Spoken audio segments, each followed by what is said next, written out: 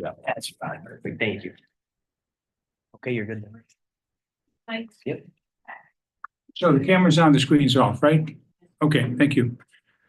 Good morning, welcome. This is March 13th. This is a special meeting of the Village Council of Gates Mills. The first item of business is a motion I would ask to appoint Janet Mole as the acting clerk. You have a motion? So moved. Second, Craig. Thank you, Michael. Any conversation? Roll call, please. Atten, Yes. Broom, Yes. Deacon, Yes. Press, Yes. Steiger. Yes. Turner. Yes. Okay, thank you. We are here today to fulfill a requirement in the council, in the charter that is occasioned by a vacancy on council. We want to recognize for a moment Ed Walsh and his many years of service to the village. As a councilman and as a trustee of many of our organizations, Ed has served impressively in a period of over 25 years. He's gone through 7 elections, 5 mayors, dozens of council members, and by rough count, over 250 council and committee meetings. Wow. He has earned his rest. Okay.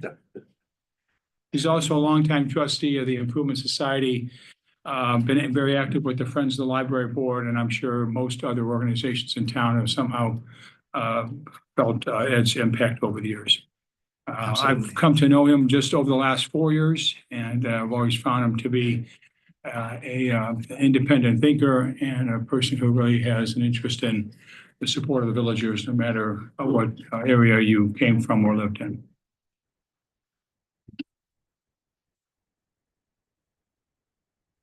The passing of Ed has created a vacancy that we talked about. There is a 2-sentence mandate in the charter to fill that spot. There is no specific process that's outlined. So with the benefit of council, we have agreed over the last several weeks on how to proceed to fill the spot. We have agreed that the process will include an information session to explain to potential candidates and others interested in the village and what a council position entails, those responsibilities and roles. And we had that on at Monday in this chamber. We also agreed the second step would be to interview all candidates. And at this point, there are 5 that are interested in the position. We also agreed that after those interviews, whether it be today or Sunday, that we would deliberate as council and make a decision if we can at that point. So we have 5 candidates. All of them have responded to advance questions that have been sent in. Those were compiled by Janet and Jean and the team here and sent out to all of you last evening. So you should have all the data that we have. The interview process that we talked about and agreed to is there'd be a 30-minute interview. We have the benefit of all the pre-interview question answers so that hopefully we're prepared for that. I'll keep the time so we can keep the 30 minutes going. And my plan would be that 5 minutes before the 30-minute expiration, we would just raise our hand and make sure people knew that we had 5 minutes to go. Okay. Is that a good understanding of how we're going to proceed today? Does anybody have any questions or comments on that? Okay. Are there any other matters that council wants to bring up with respect to the process? Okay. So I think at 9:15, we'll begin the first interview, which is Megan Perez, I believe. And the way we've tried to arrange these is to, and thank you for letting me allocate your names to a candidate, is that somebody here had been assigned each person so that there was a little bit more of an in-depth review of that person's resume and background, and just shared the load, if you will. So I'm not sure that happened. No. Yeah, I think the way we changed it is that we each have a question and we're going to ask all the candidates the same question, kind of in the same order. Okay. So we don't have an assignment of a particular Okay. candidate. Thank And you. then- I'm not Wait. sure. I don't have a question either. Yeah, you do. Yeah, you do. Well, if I do, I don't know that I have. Okay, Well, good thing we have 5 That's the minutes to figure that out. That must come out, what, Last night. yeah. yeah, I was out for dinner last night. What skills, talents, or experience do you have that would be complementary and not duplicate those that That's are right. already? Yeah, I better write this Right down. now, yeah. Yeah. see. And you have yours? Oh. Everybody have theirs? Yeah, so again, to be consistent, we've got 6 questions that came from the original set that Steve sent out, and then some people commented about the questions. I went through them, and some of the questions were already in the pre-interview packet, so I eliminated that and kind of combined what was left, and there's 6 questions. So if if everybody spends up to 3 minutes answering each of the questions, that takes us to about 18 minutes. And then, if there's any follow-up that we want to address with the candidate, that's the time that we would have. And I thought leaving maybe 2 minutes for them to make a closing statement. So there won't be a lot of time for a lot of interaction in terms of other follow-up questions, but the point is to make it more consistent among all the candidates in terms of So what that we're asking. every candidate gets asked the same question Same question. By the Yeah, same by the same person. person. by the same person. Okay. Yeah, yeah. And Okay, and do we have an order for the questions? yes, let's see, I'm first and Craig, The you, same order they're listed. same order they're listed, Lori, David, and Scott. Okay, so I'm number 3. Okay.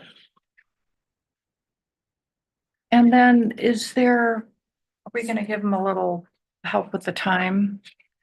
Yeah, on each one? I was thinking maybe midway through, say we're halfway through. Now, on the questions, And Steve, if you're can doing anybody, that, sure, I'll be that would be great. Can anybody ask a follow-up question? well, If- I Let's say was, Sandra's turn, she's asking her question. If I hear the answer and want to ask a follow-up, Yeah, I think can I so. do that? Right, I don't think we just want question, answer, question, answer.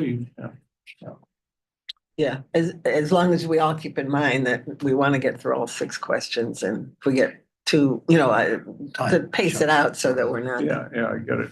Would it be better to Spending hold, too much- hold the hold follow-up the questions until the questions. end? Yeah, I would think hold the follow-up questions till the end. Because we said that, ask the question, and then in the time remaining, we come back to follow up.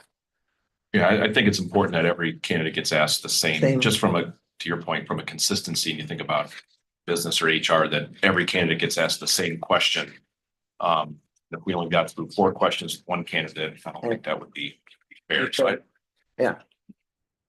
that all right with So you, hold the Michael? follow-ups? Hold the follow-up until we get And then all we'll- 6. Yeah, I've got one question about my question. Oh, though. yes.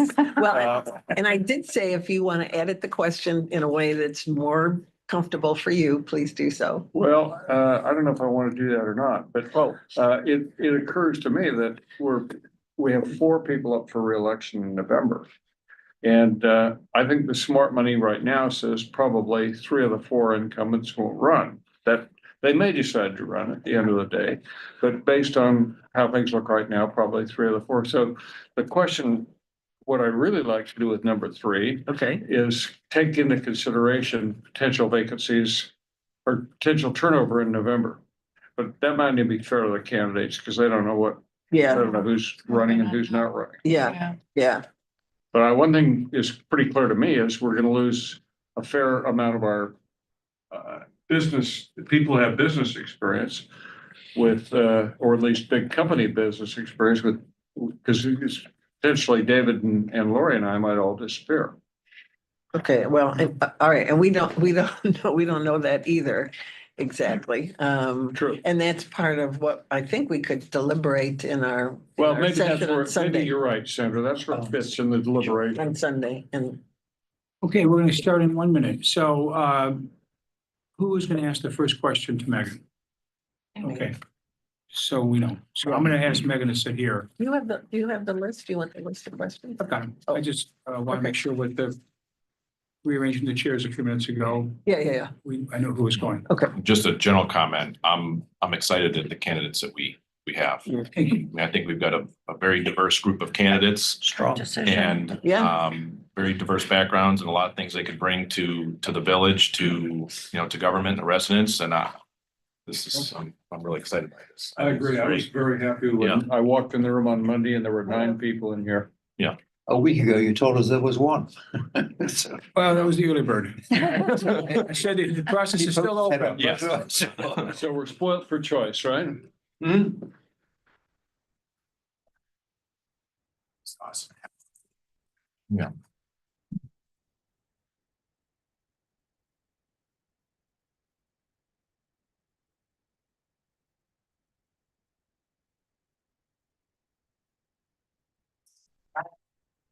Are you ready?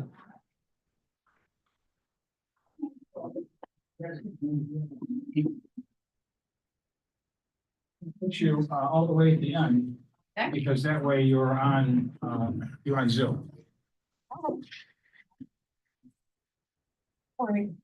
See the front of you, then the back of your head. Yeah. Got those to work over and I'm wrong with you. Yeah. There you go. These chairs are always a bit of a challenge for short people. There's a, I was like. Actually, they're adjustable. I think. Yeah, they are Yeah, so it's like, adjustable. Just not. Don't ask me how to do it. I don't know, but I know. I go flying out of it. Down, standing up. This one's higher. She wants. Oh, no, I want. You have to climb down. I usually have to take them. Oh, I thought you were gonna say upper body.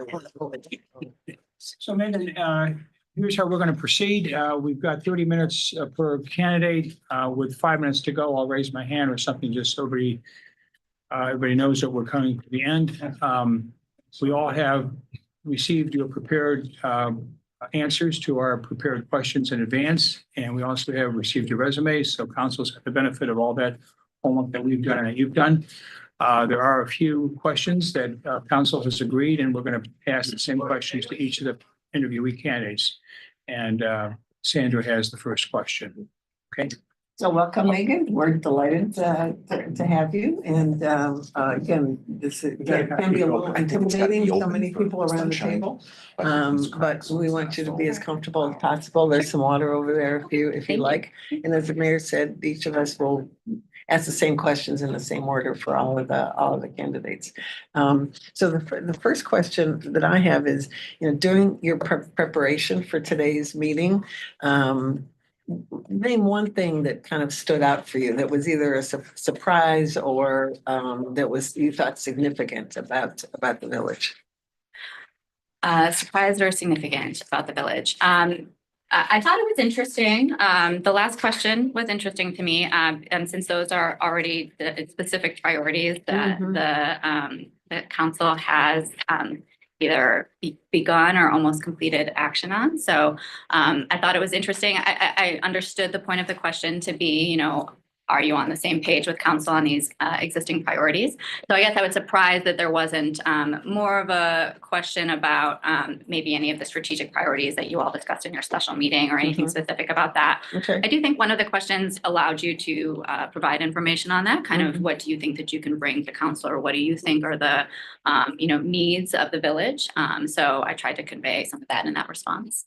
But I feel I wasn't surprised because as I noted in my first response, while I'm not physically at a lot of the meetings, I do watch them on YouTube, sometimes a little late, sometimes the next day, just to try to stay informed of what's going on. So. Yeah. Thank you. Megan, what skills do you believe a person needs in order for a group to work cohesively for the greater good of the village? Yeah, great question.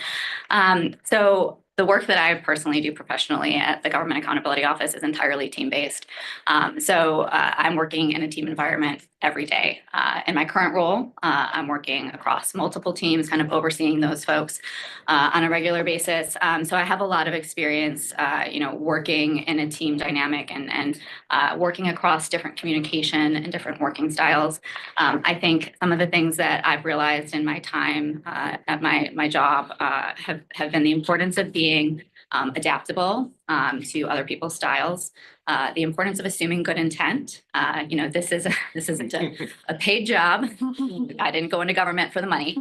So, assuming good intent, people are coming to the table to try to make things better or to try to understand. So I think, operating from that state of mind, especially in a group where you don't really know, 100% people's motivations is really important.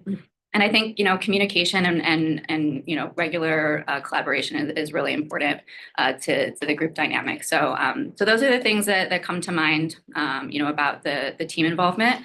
I think I've been able to translate those skills, on my personal side as well, whether that's on the Mayfield School Liaison Committee or the Parent Teacher Club.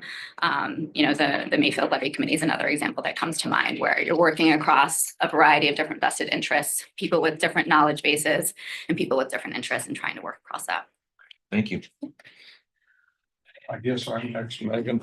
What skills, talent, or experience do you have that you think would be complementary and not duplicative of the skills around the table on council now? So what do you bring that's not there? What gap do you fill? That's sort of the question. Sure. I would highlight the experience working in a team dynamic, from my professional job. I think I bring a different perspective as a relatively newer resident and a resident that has a younger family. So I'm pretty plugged into, the types of interests and concerns that younger families and maybe newer residents in the village can bring to bear. So while that's not a skill, I think it is kind of a subject that I'm familiar with, and a resource that I can provide. The other thing that I would say that I bring to the table, but I think all of you have this, is just a love for where we live. I think I've realized as we've moved here, the value and importance of the traditions that are in the village. We moved onto our street and within near Christmas, and we got a handwritten note in our mailbox that was like, "You're invited to the annual Christmas party that we have." That has been a standing tradition for now almost 60 years. Wow. And, I was like, oh no, what are we going to do? This is weird. We hadn't met our neighbors yet, but I've grown to this tradition is so amazing. It's been in place for so long, and we've expanded it on our street. My husband and I have expanded it to 4th of July, which used to also be a tradition, is having a cookout. So we've really just embraced the traditions that this village has. And then expanded that into my involvement in other things within the village, whether that's the Judy Bell Christmas Tree Committee or, joining the community club, because I think what I've seen is the need to continue to build on those. And we have to, be actively involving and recruiting people to the table for those types of positions. So. Great answer. Okay, I think I'm next. So Megan, as a council member, how would you handle questions from residents about issues that they're having with the village? Sure. I think active listening in that role is key. Really hearing the concern and the question that they're asking. This is an aside, but my kids are school age. Some of the parenting advice that I have read and received and heard is only answer the question that they're asking. You might think the question is way bigger than what they're really asking. Is Santa, do you believe in Santa, or is Santa real? Well, why are they asking that question? So understanding where the person's coming from, as I would do with my kids, what are they really trying to understand, or what's really the concern, without imparting necessarily what I think the problem is or what I think the solution might be. So I think that's really key to just being able to be an active listener in that mode, is not kind of imparting judgment upon the person's concern or question, really hearing what their issue is, and then recognizing too that you don't have to have an answer in that moment, that it might require some significant research. It might require really understanding the issue a little bit better from other sides. So not jumping to the next step of trying to give the advice or the solution right there, really pausing and taking the time to be considerate about that concern, and then closing the loop. I think that's really important, not just, oh, I hear you, and then not doing anything about it. Being able to take that concern, kind of do the research or the groundwork that's needed to understand it and then circle back. Oh, and don't overpromise anything because No, don't you're one overpromise. person, you're on council, so you can't fix it yourself anyways. Thank you. You're welcome. I'm next, I think. Question I've been asked to ask is, how should council balance transparency and confidentiality? And I guess it's not a question of just should, it's how does council? What do you think of the way council does that? Sure. So transparency and confidentiality. So, I mean, I think, the executive session options that you guys have available to you are important to be able to get the legal guidance and advice that you need. So I don't, I would assume that's what's meant by, kind of confidentiality. I think, in your one-on-one interactions with residents, to Lori's question, like those are issues that should, not remain confidential, but, you don't want to be socializing that all around the village. So I think, using those executive sessions where needed, being able to come together in this group and have those conversations around the table where appropriate. And then the transparency aspect, I think there's some room for improvement in the village's, communication about,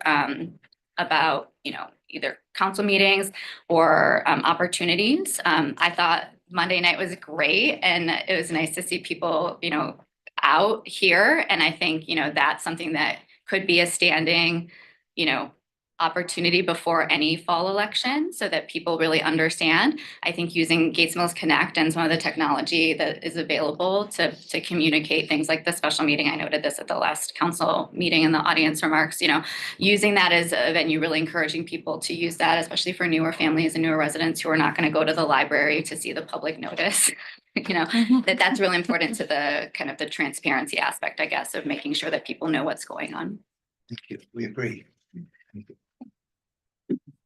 All right, last and least, okay. So my question, side question, is hypothetically, you're on the minority side of a council vote. So what do you do next? What's your next step?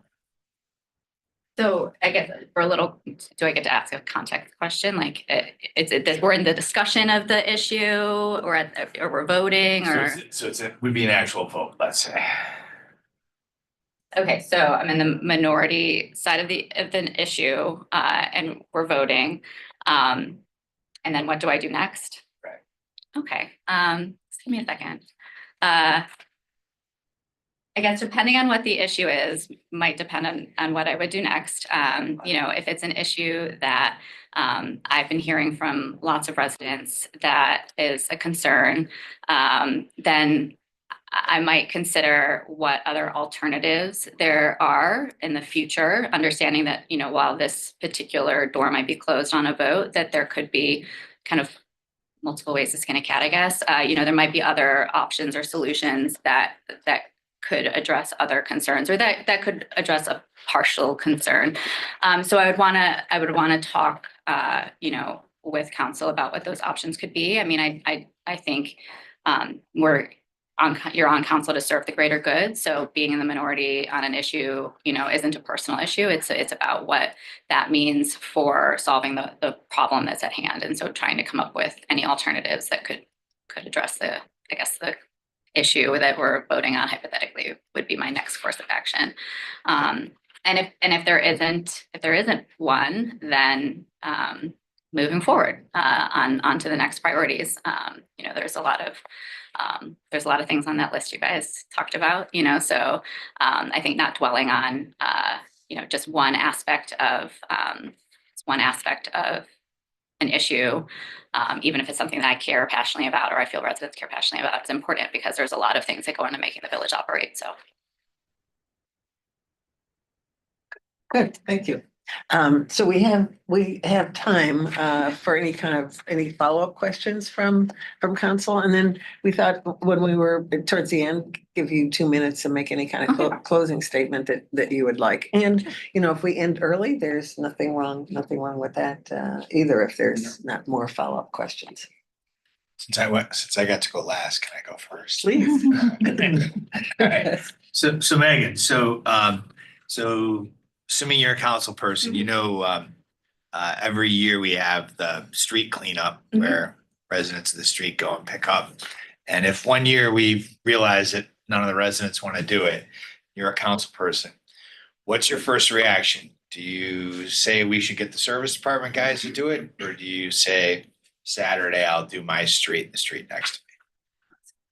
So I do our street cleanup with Ann Jackson, it's Jim Nigrelli's partner. And my kids love it. As a funny anecdote, my daughter's like, why are there all these smoke sticks around? And I'm like, I think it's really cute that you don't even know what a cigarette is. These smoke sticks. So I guess I'd have two reactions. I guess first I'd want to know why none of the residents are interested, or are they just not aware of it?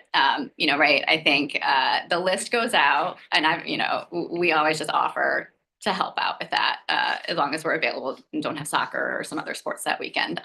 So I'd want to know, first, is it an issue of awareness amongst the community, and is there anything that we can do to kind of mobilize the people that I know in surrounding streets? Have other folks do the same. Having the community or having the service department do that, I guess, is an option. But I think my preferred course of action would be to try to rustle up, volunteers, which is something I feel pretty good at doing. So, and I would think stressing the importance of it as a tradition and something that we come together as a community to do would be a big part of that.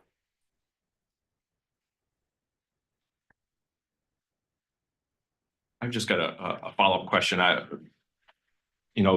We have a small village, but in a lot of ways, it's a big village because there are a lot of different opinions among residents, different thoughts in terms of why people move to the village, what their thoughts may be on issues that may be for council. And given your background, I'm interested in maybe a time or an instance where consensus building or compromise, and maybe it's a little bit of a follow-up to the question that Scott had, but sometimes you may not get 7 people around a table as well as the mayor, let alone various committees, to agree on something. And so I'm just interested in, with your background, maybe a situation where, consensus building or compromise, and listen, not everybody gets what they want, but we've got something that's kind of down the middle and both sides aren't happy. And so we've done something right. Sure. So the work that we do at GAO is either congressionally mandated or congressionally requested. But we are a nonpartisan, non-ideological agency. So we have to deal with kind of partisan interests pretty frequently and trying to balance what is being asked for with what we can actually provide. Representative's pet interest is not going to be something that we're going to delve into, or so-and-so constituent didn't win a contract. I'd like to know why.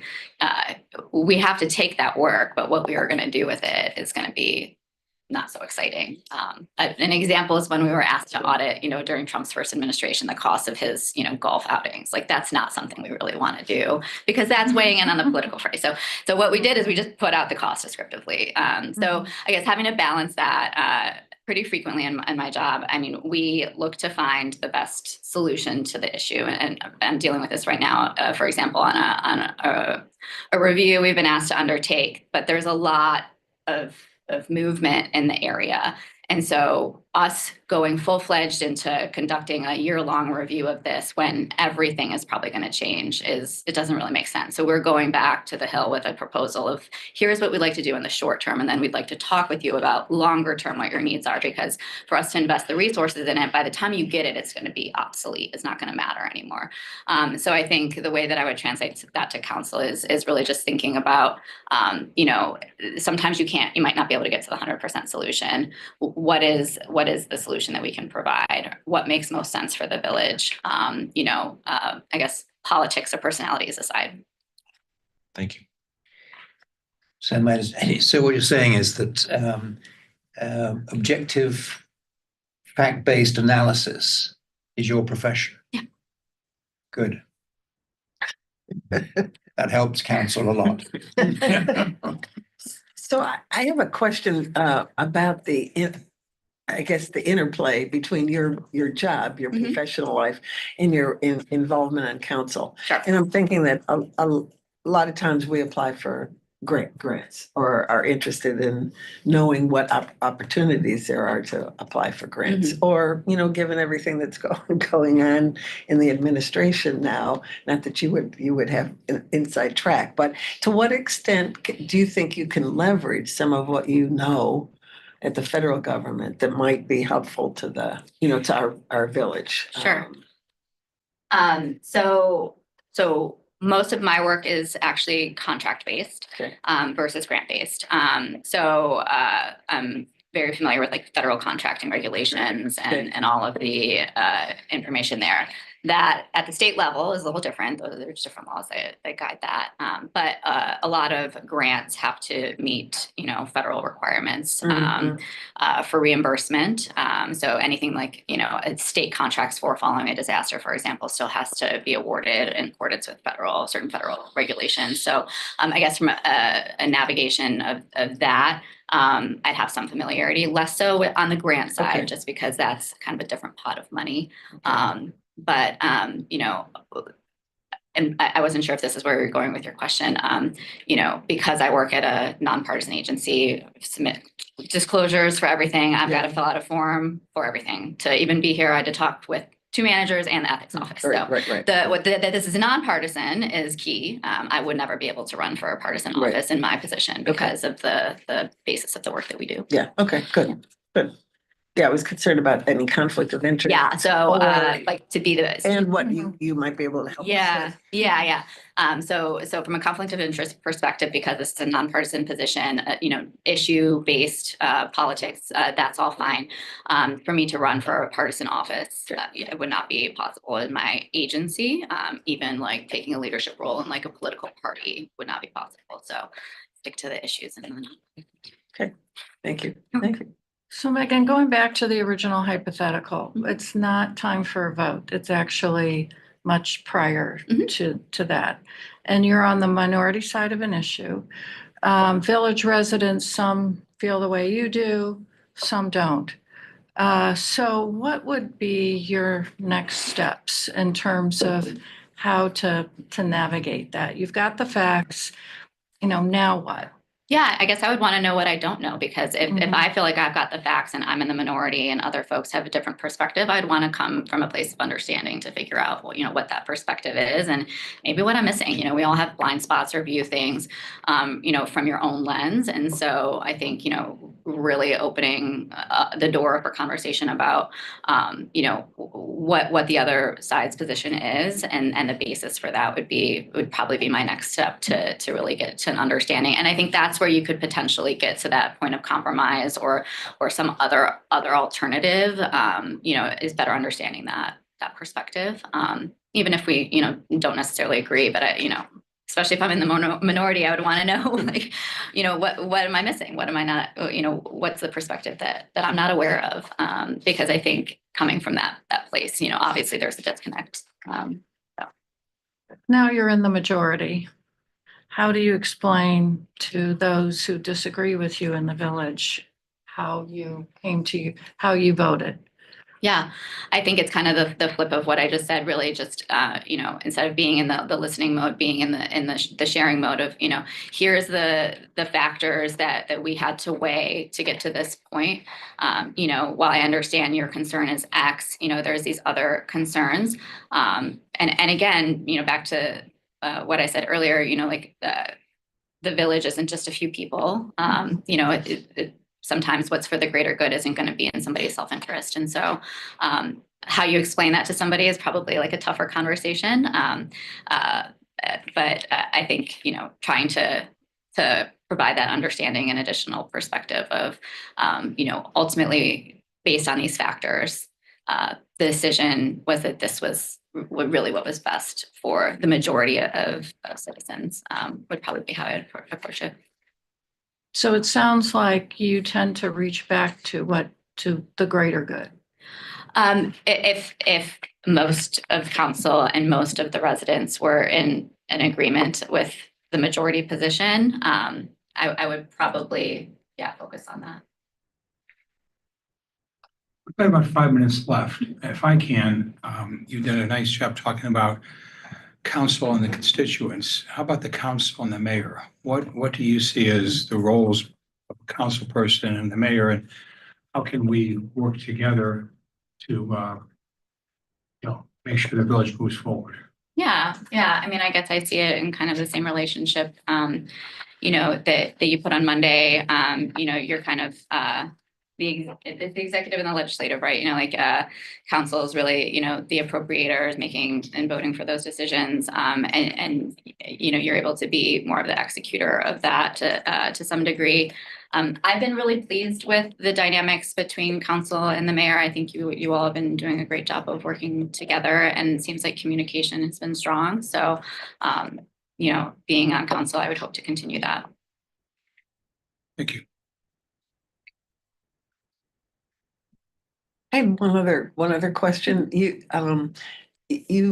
been very active in the village in the time that you've lived here, and you have a lot of responsibilities, work and your children and your active involvement in the schools.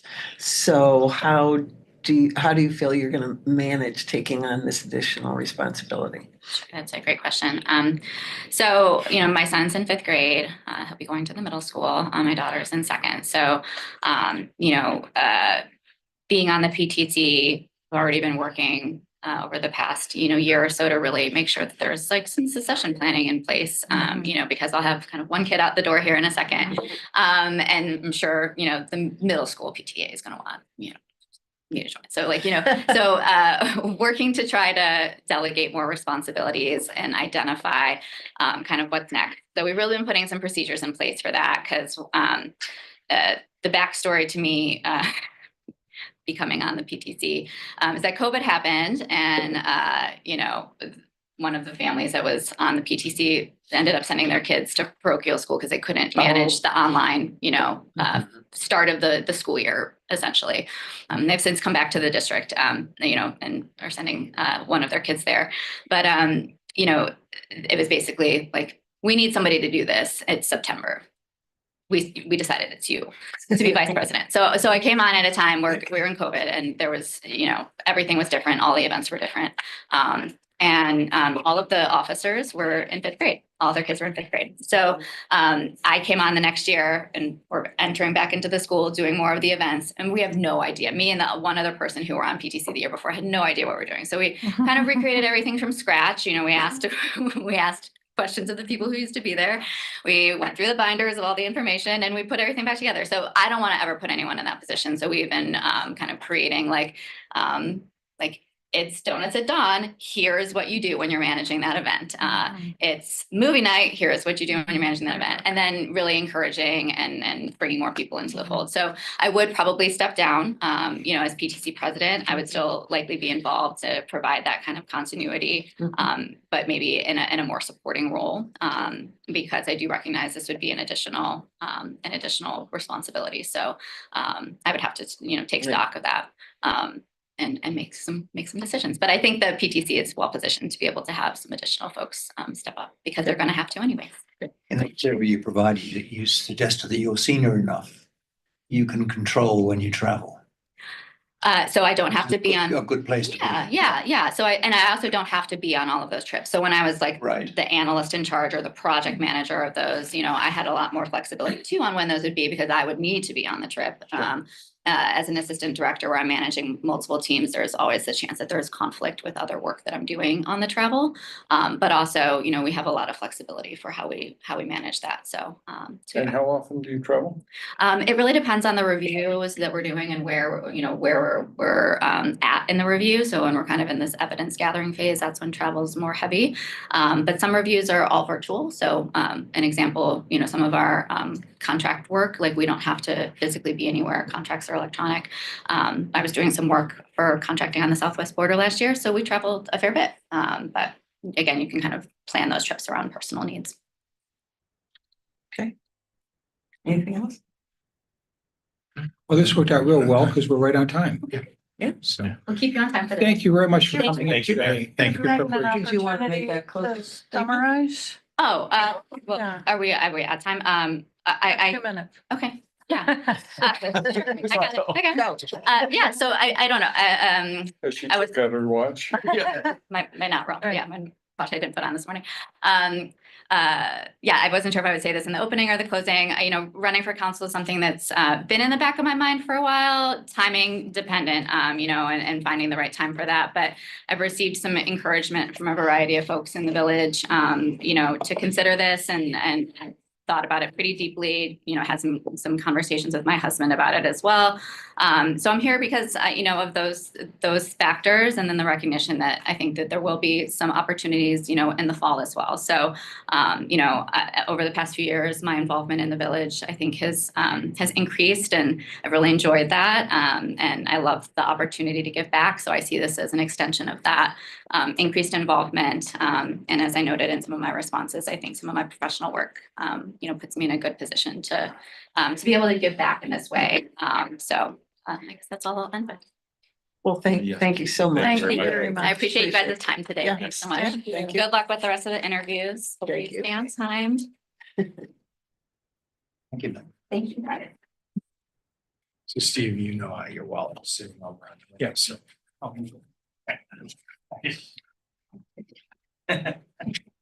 Get home and realize that's missing something, right? I've had a heart attack a few times, right? You know. Wait a That, minute. that went well, that Yeah. went well. And we should, well, and we're not, but we should be careful about what we say because we're still on. Yeah. In live stream. Okay, did that go okay? And do we want to make any changes that Oh, that was fine. seem to flow pretty well? Yep. Okay, good. I'll get Chuck in here. Chuck, we're ready for you. You're ready? Oh, I'm ready.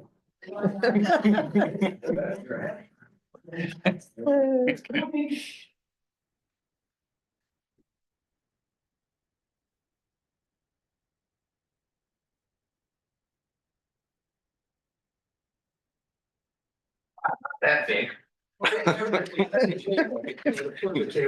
Where you want me? At the head? Head of the table. All right. We're zooming this, so you are live. Okay. Morning. Morning.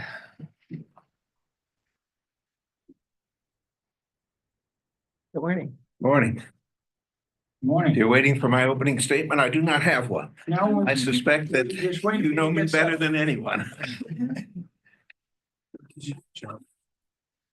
Surgery. Surgery? Pardon? Surgery? It's a knee replacement.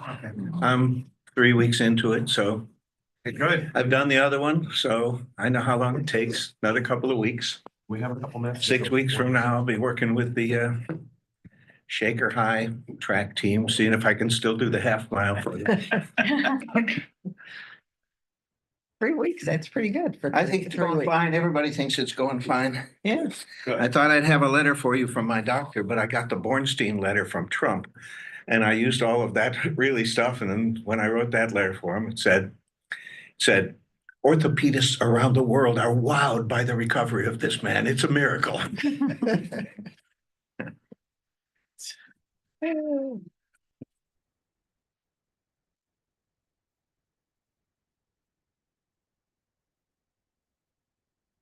So Greg's just warming up his coffee. Yeah, and then we'll give you the lay of the land here. Okay, For the great. next 30 minutes. Great.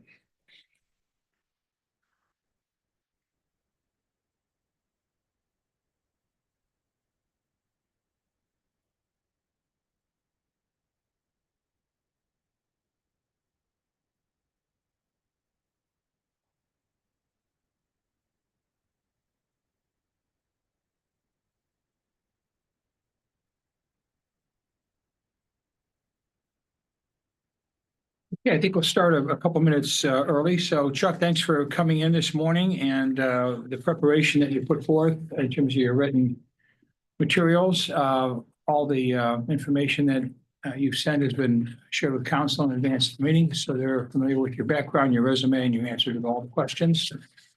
We've assigned 30 minutes for each person to get us through this. I'll be the time monitor, and 5 minutes before the expiration of the 30 minutes, I'll raise my hand or otherwise know that we're getting to that point. The council is going to proceed by essentially asking each of the 5 interviewees the same questions. And they have, again, the benefit of what you've already written, so perhaps your answers are in there, perhaps you can build on what you've already provided. These are newer questions, though, so there will be some complementary value to them.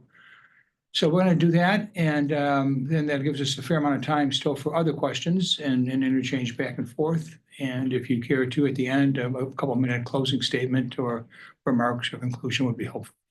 Great. Sandra, I think, has the first question. So, and we'll each ask our question and then come back and ask any follow-up question that Great. we would like. So the first question is that, during your preparation for today's interview, so just scanning information about the village, what's one thing that you learned that you didn't know and found it to be interesting or significant? I learned so much. There's so many answers to that. But I think the one I remember early on, I said from the chairs.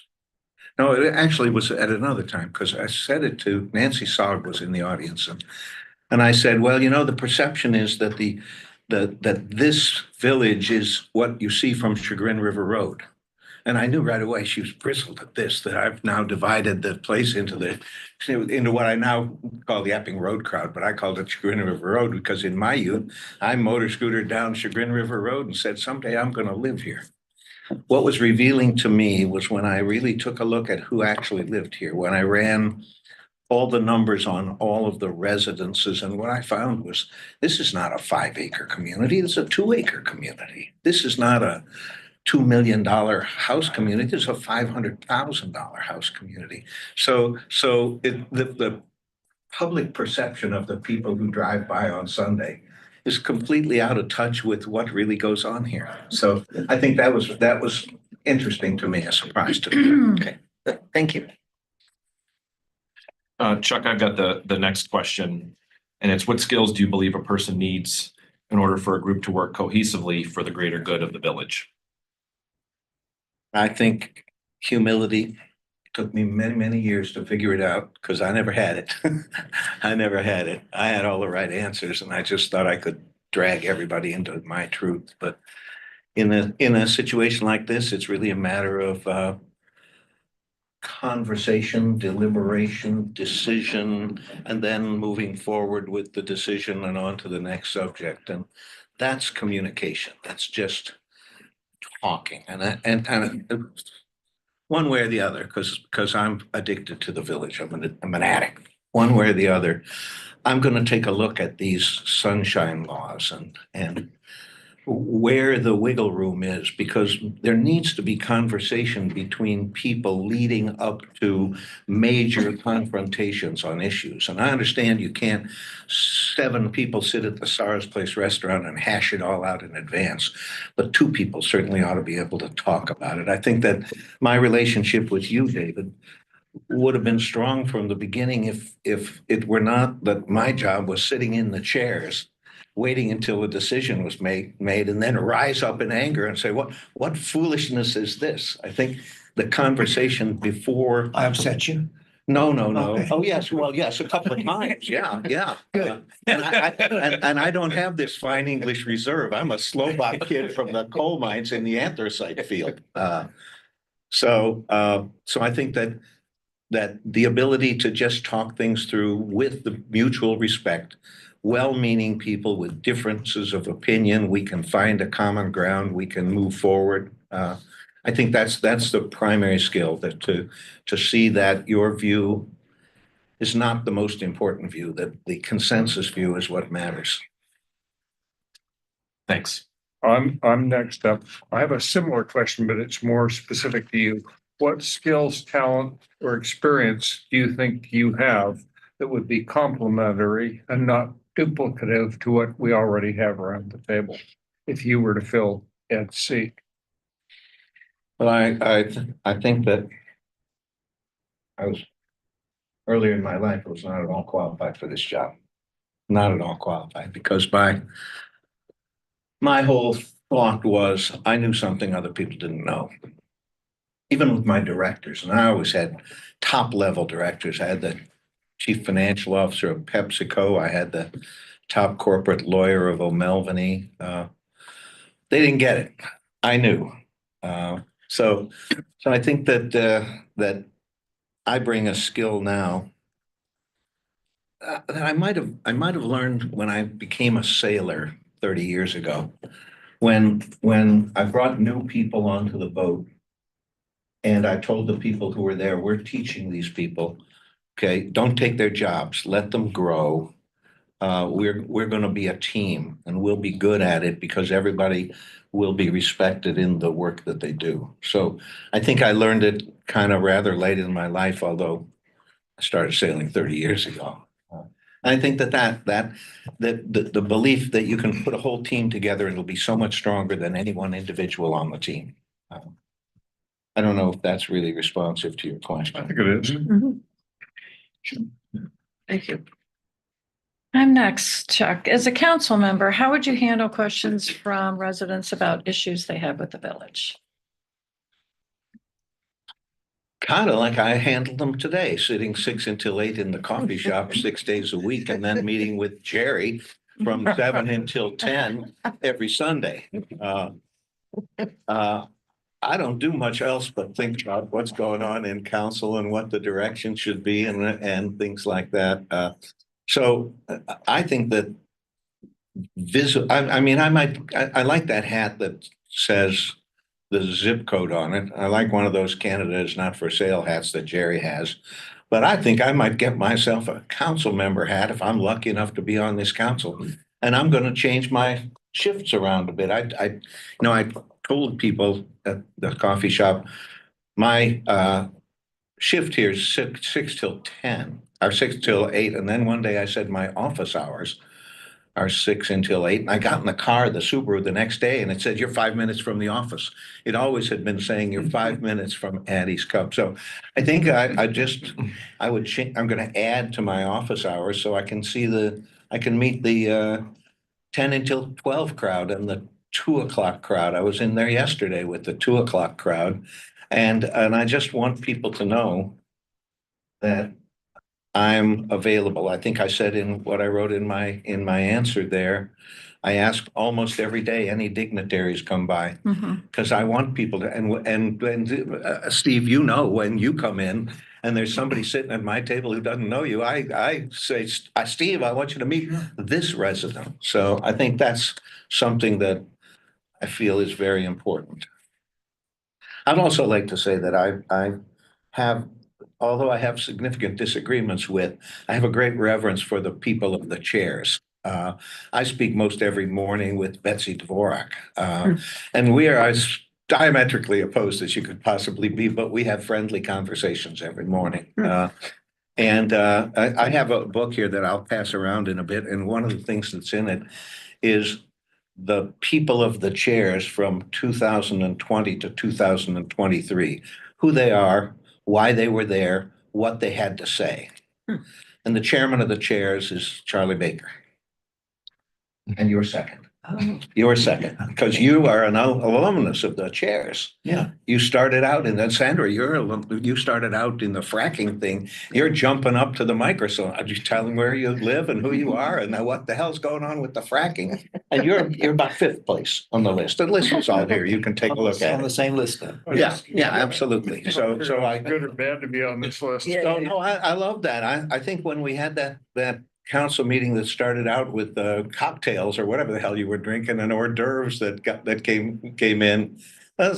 Start us at 5 o'clock in the chairs. Give us some coffee. Let us get to know it. Come out. And David, you're particularly good at this. You come out and introduce yourself to the people who take the time to come to these meetings. And I think that's really great. I hope everybody would do it. If I'm lucky enough to be on council, I will do it. Yeah.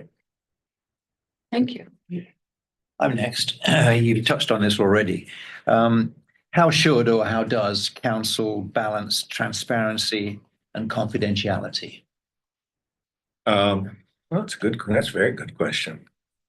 I am a very big fan of transparency. I think it's really essential. But on the other hand, I remember being aware. I remember your moment when you were interested in making certain that Sarah's Place knew that there were conditions in their lease that they were not meeting. You remember that time? It was about the lunch. And I thought to myself, this is going to upset Dave and Mary a whole lot.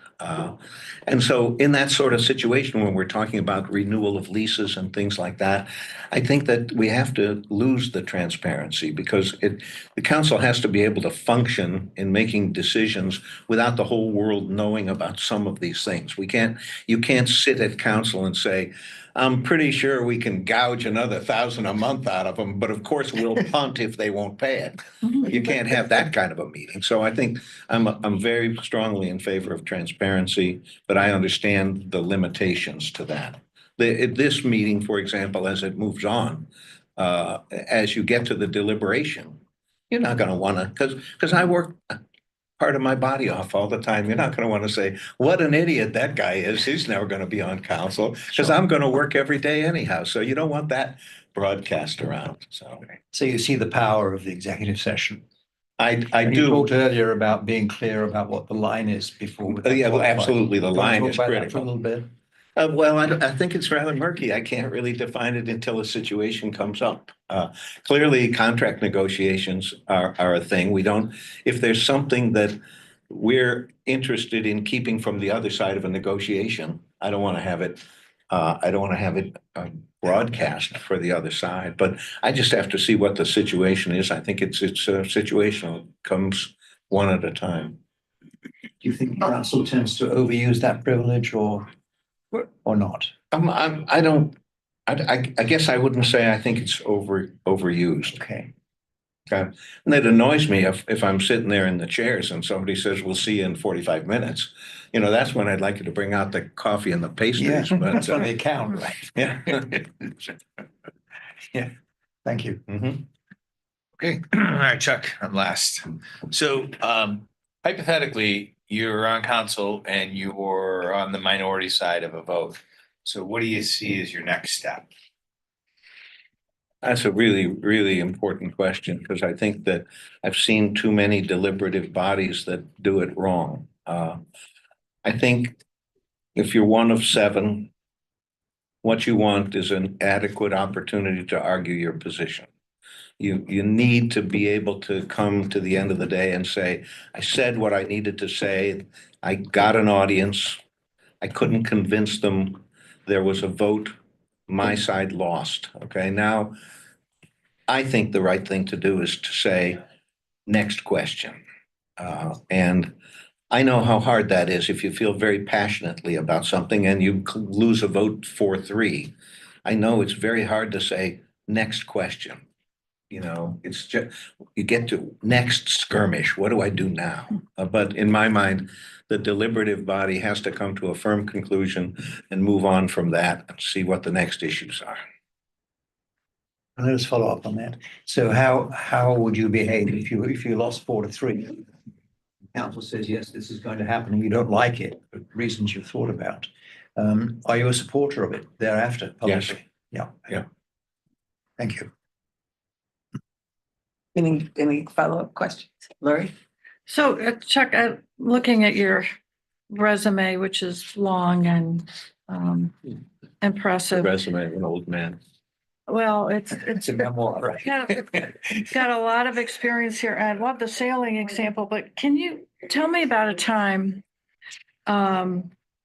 when you found yourself also kind of in that position of, not being in the minority, and yet you felt strongly that the good of the order should prevail, and it wasn't. And tell me about, okay. I don't talk about it. It keeps me up at night sometimes, so I don't think about it very much. Let's see, I have something here. Early in my life, I decided banks could be in the brokerage business. And I created the monthly investment service, and the law department screamed and said the Glass-Steagall Act doesn't permit it, but it did. And suddenly customers of the First National Bank of Chicago could take $25 a month and buy stocks off of the list, off the Dow Jones. And then this is the dawn of the day when you could trade stocks on your personal computer. This is Spear Securities. You could buy and sell, you could check the news. Everything you can do today, you could do then, but this was 1984, 11 years before there was internet. And I felt this dream very strongly. And I built a company around it. I put it in a public shell. Because I went out looking for money and people had said, we love your idea. We can't give you any money because there's no exit way. We only invest in public companies. I came back 3 weeks later. So good news, where's your checkbook? I'm a public company now because I did a reverse merger into a public shell. And in the first year, we had $100,000 of revenue and we had $1 million in the second and we had 10 million in the third. And we were the second fastest growing public company in California. But there wasn't any internet. And so I went out and I bought stuff. I acquired things. I acquired discount broker after discount broker, a clearing broker. I bought specialists running 140 stocks on the Pacific Stock Exchange. I started selling product through financial institutions and it became big. So big, in fact, that we had, for example, we had a contract with Barnett Bank where I had my people in the branches of 600 Barnett Bank branches selling single premium fixed income annuities, selling billions of dollars of these things. But the dream was this dream. One day, everybody is going to be doing this. I spoke where the man was killed, United Health at the New York Hilton. I spoke there to a throng of stockbrokers and I told them, I am Abraham Lincoln. I am the Emancipation Proclamation. You are slaves. All you do all day long is you answer the phone and somebody says, what's IBM? You give them a quote and hang the phone up. You're better than that. I'm freeing you up for that. This is going to answer all their questions so you can spend time being good at what you do. They booed me off the stage because their jobs, they thought, were basically over. And they are. Now we're Fisher Investment and everybody else offering advice. I came to a moment then with my board where the person I had running the annuities operation went to the board and he said, we shall do none of these things. This will never happen. We are in the insurance business. We sell annuities. Get rid of the rest of it. And I loved the rest of it. And I knew that the regulators were going to take us out of being into the banking business because they were going to give the banks the power to do it themselves. Banks didn't want my people in their branches. They wanted to do this themselves. So there came the moment where I said to my board, and I picked them all, I said to my board, this would be the most serious mistake you've ever made. And I cannot do it with you. If you take this course, you buy me out. And I'm gone. And they said, how much did that take? And I never went back to the office after that board meeting. 350 employees. They gave me a big plaque to hang on the wall next to my father's plaque that he got from his people. And it was the heartbreak. But I think about it still. And, you know, I was negotiating a transaction to buy a company called Trade Plus. They had systems. I had a brokerage firm. I was $1 million away. That company went on to become E-Trade, owned by Morgan Stanley now. So I came to the time where I said no. I said no. The board said, this is what we've decided. I'm the chairman of the board. I said, not with me. So that's a time where I drew the line. It haunts me still. Long answer, sorry. Good answer. Incidentally, I want to say that I was very amused that last week when this article appeared, NASDAQ announces plans to operate 24 hours a day. Breakthrough. So I went looking for this article from 1985. Chicago Tribune. When Charles Spear was chief securities trader for the First National Bank of Chicago's Trust Department, he was known for his entrepreneurial and imaginative flair. So it's only natural that as head of Spear Securities, a tiny Los Angeles-based discount brokerage firm with 18 employees, Spear is launching the first ever 24-hour trading system in nationally traded stocks. And it goes on to say at the end. It's in 84. In 1984, it goes on to say at the end.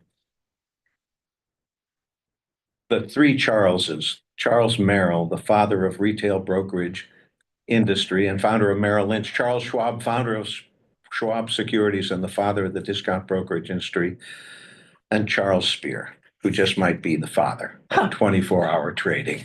Wow. So it was something that I loved a lot and I lost, and I threw myself into sailboat racing and consulting and things like that. But I just drew the line. I've got a question, Mhm. which I wouldn't ask the other candidates, but you probably know more about us than any of the other candidates because you come to every meeting. I do. What could we do better as a group to be more effective from your point of view? Council. I guess I would. I guess I might change the seating. I might move you around, sitting next to other people all the time. I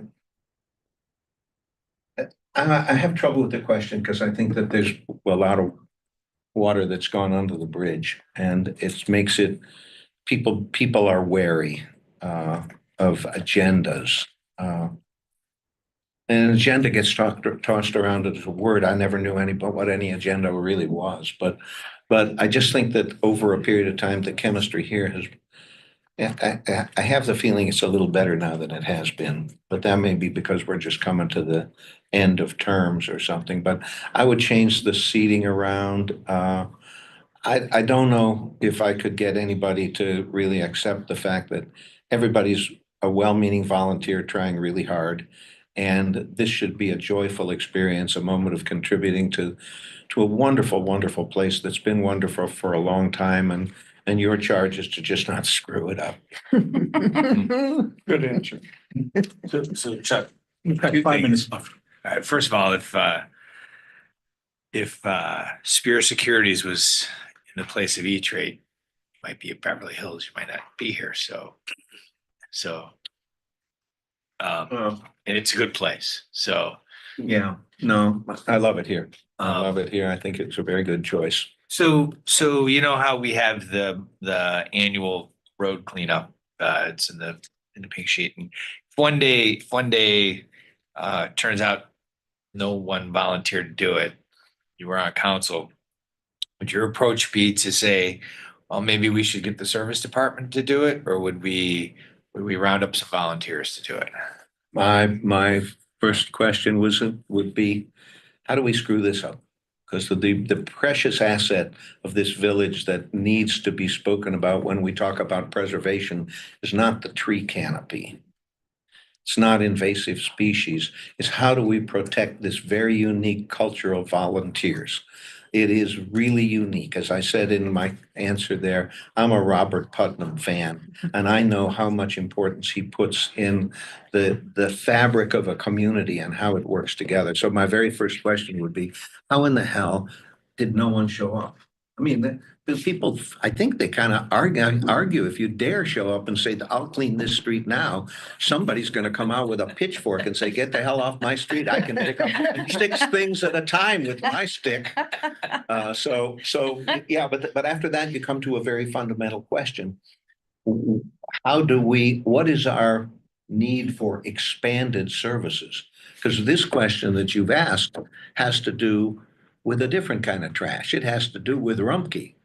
Okay, if people don't volunteer to pick up the trash on the streets, but what if people want us to pick up the trash from the garage? What do we do in situations like that? How do we respond? And these are just, I think, fiscal questions prioritization questions and things like that. But my answer to you would be, don't ever let us get in a place where the people don't want to volunteer. Let's make volunteerism here the hallmark of our community, and let's get people flying in from everywhere else. Remember, we had a time in council where somebody said, I think we should send our council people out to the towns that do it right. And they could stay there for a day or so and study up and come back and tell us how good it is there. You know, well, we should be running a shuttle from Hopkins for people who come in here to find out how to do it. Do you want to make a closing statement in 1 minute? In 1 minute, do I want to make a closing statement? Before you do that. I think he's got two. Yeah. Oh, I'm sorry. He's got at Sorry. least two. Oh, you have one too? Okay. We're doing good. Yeah. Okay. Council and mayor interaction. What have you observed? What might be a better way to go? How would you as a councilman be viewed as effective in working with the mayor and executing the things that are the priorities of the village? Well, you may remember the time you came into the coffee shop and I introduced you as the last mayor of Gates Mills. And I think you said to me, why am I the last mayor of Gates Mills? I said, you're working so hard and doing so much, there's nobody in the world's going to want to have your job after you.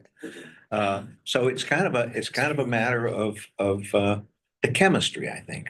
Another mayor might be saying, I'll come to the meetings, you set the agenda, I've got a big sash, I'm going to the mayor's conference, et cetera, and rely on council to do all the work. That could be a mayor.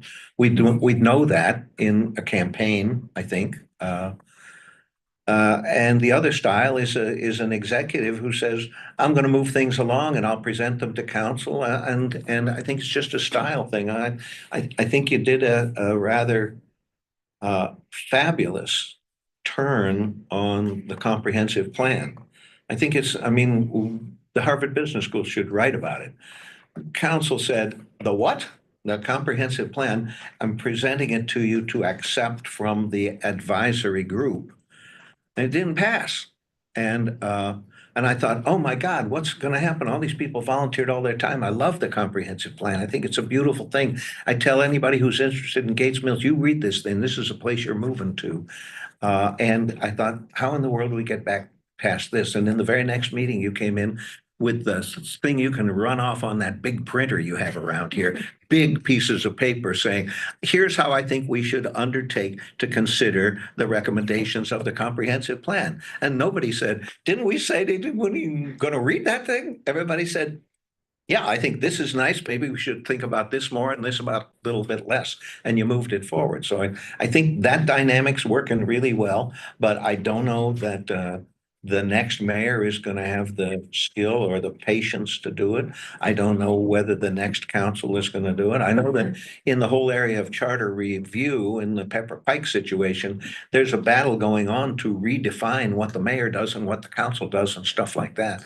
I don't like that. I think that it's worked very well in this community. I just look at where we are and I look back at how we got here and I don't have a real complaint about bumps along the road.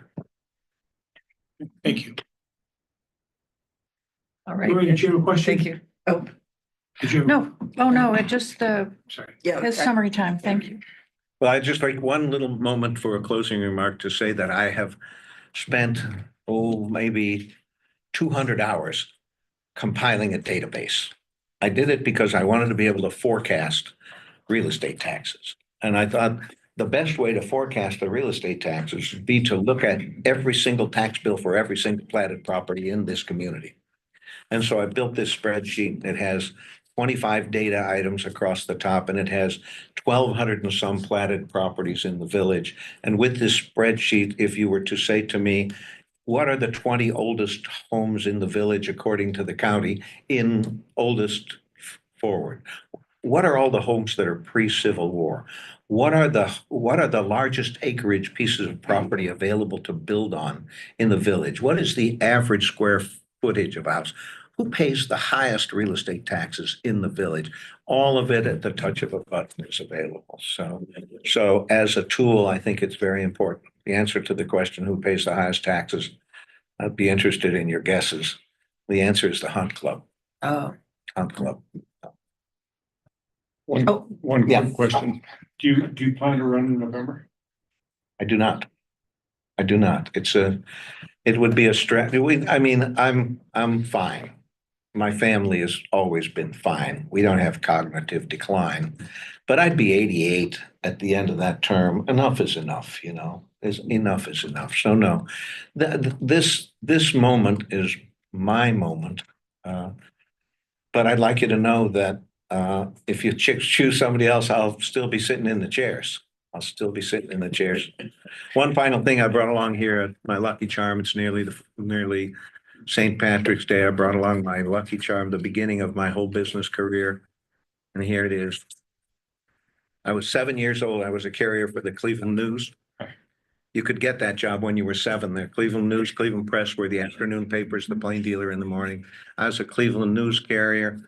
I had blocks on the pedals of my 20-inch bicycle so I could get to work. And the route manager who dropped the papers on the corner said, there's going to be a contest, kid, who can get the most new subscribers. And I thought, I'm winning this contest. And I wasn't even 3 feet tall, and I had bright red hair and freckles. And I knocked on every door that I didn't deliver a paper to. And I said, 42 cents for the Cleveland News for the week. That's just 7 cents a paper. Do you want to subscribe? But I didn't say that. I said, do you want to subscribe? And they all wanted to subscribe. And then I signed them all up. And then I thought, I'll bet some of my customers want 2 papers. And I knocked on those doors and I won the contest for the district, for my route manager. And off we went. My mother in her pillbox hat and her veil. We walked to the rapid transit in a time, 1950, where you had to really climb up into this thing, and it had wicker seats and it had double hung windows that you could, you know, we went downtown and we went to the Cleveland News building, and I stood there by the flags and they took a picture of me and the other district winners, and they gave me this charm bracelet. It says Cleveland News Ranger, and engraved on it is my name. And that was the start of it all. And my mom's been gone 45 years now. And but I'll tell you this, if you were to give me this great honor, this wonderful public service at the end of my career, my mom will be standing there when I'm sworn in. And I will look at her and I will say, what do you think of this, Mom? Not bad, huh? This is my lucky charm. Thank you. Thank you, Chair. Thank you, Chuck. All right, thank you. Yes, thank you, Chuck. Thank you very Appreciate much. your passion and love for the village. Thank you.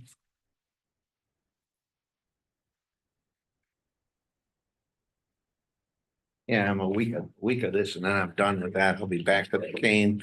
Couple of weeks of cane. I'm racing a boat in the Santa Barbara King Harbor race at the end of July. It'll be my first trip back to California for several years. PT is everything, right? Physical therapy is everything. Yeah. Exactly what they say when they say it.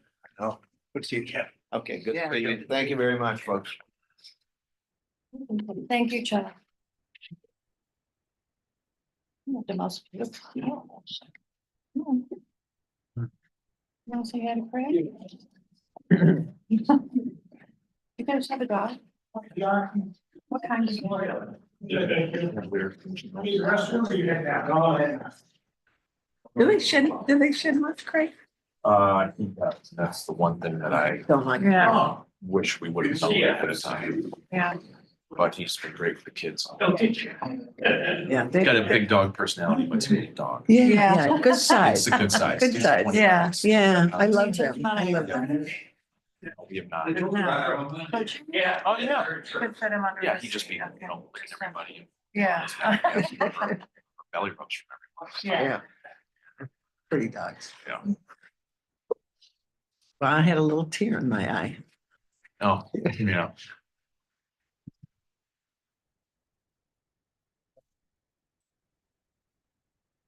So Sandra, well, are we We're on still on, video? yeah. Okay, I'll talk about it later. Okay. Yeah.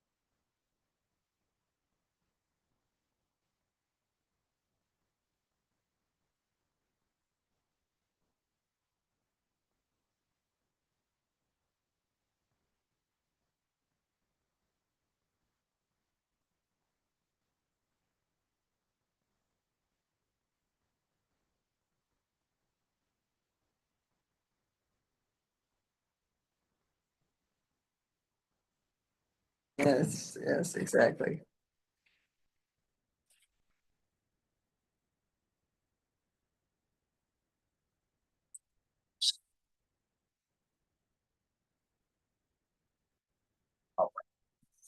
We already said our hellos. Mhm.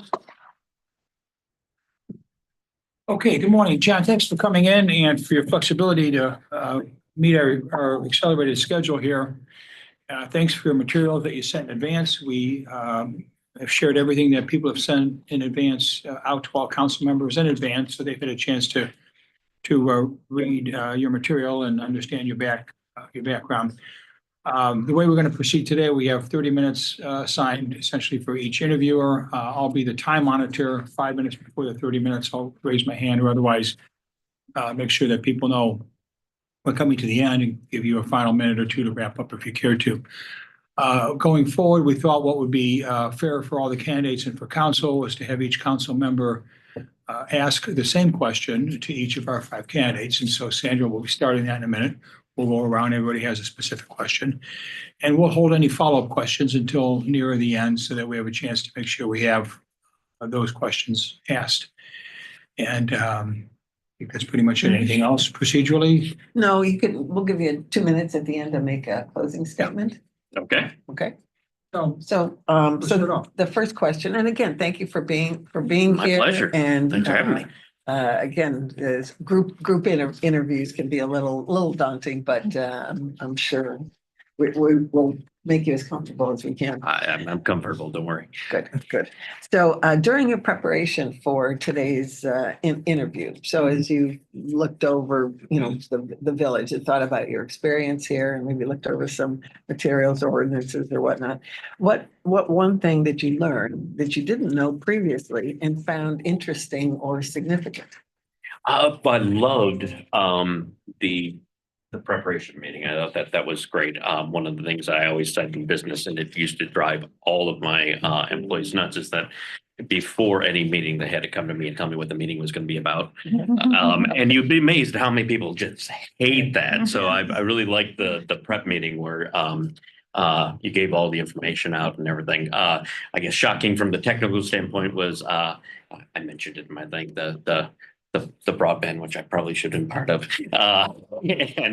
So that I didn't know about. But, I actually didn't know procedurally any of the stuff that was in that had to do with when you're going to pass legislation. I'd never read any of that before. I didn't know the difference, between whether it was something that the citizens had to do or something that was a mandate here or whatever, or like that. So I am one of those weird guys who reads instruction manuals, which I think I'm the only one out there that does it. So I actually read through that entire packet. So I learned tons about government, so to say.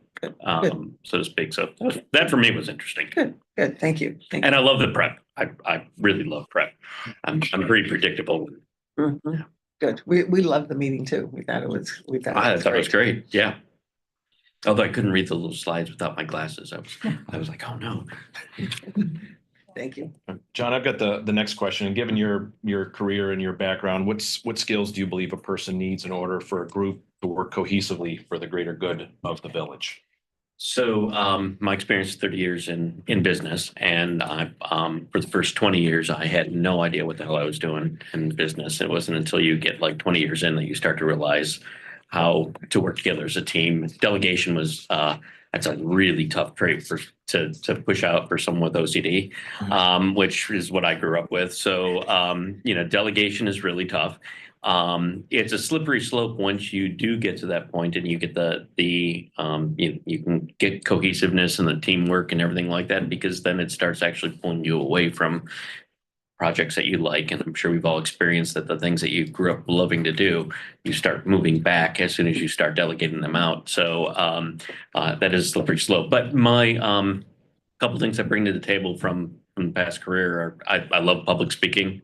As far as bringing it, talking to the community, that's absolutely no problem. But as far as bringing to the table something that comes from the business career, the ability to interact in a meeting, I'm usually running them, but in the past, but interacting in a meeting or being a an active participant, and also knowing when my skills are not required. That's a big one. So if other people are smarter in the room, let them have the floor and let them speak, and then take credit for it later. That's what I always say. So yeah, Thank you. no problem.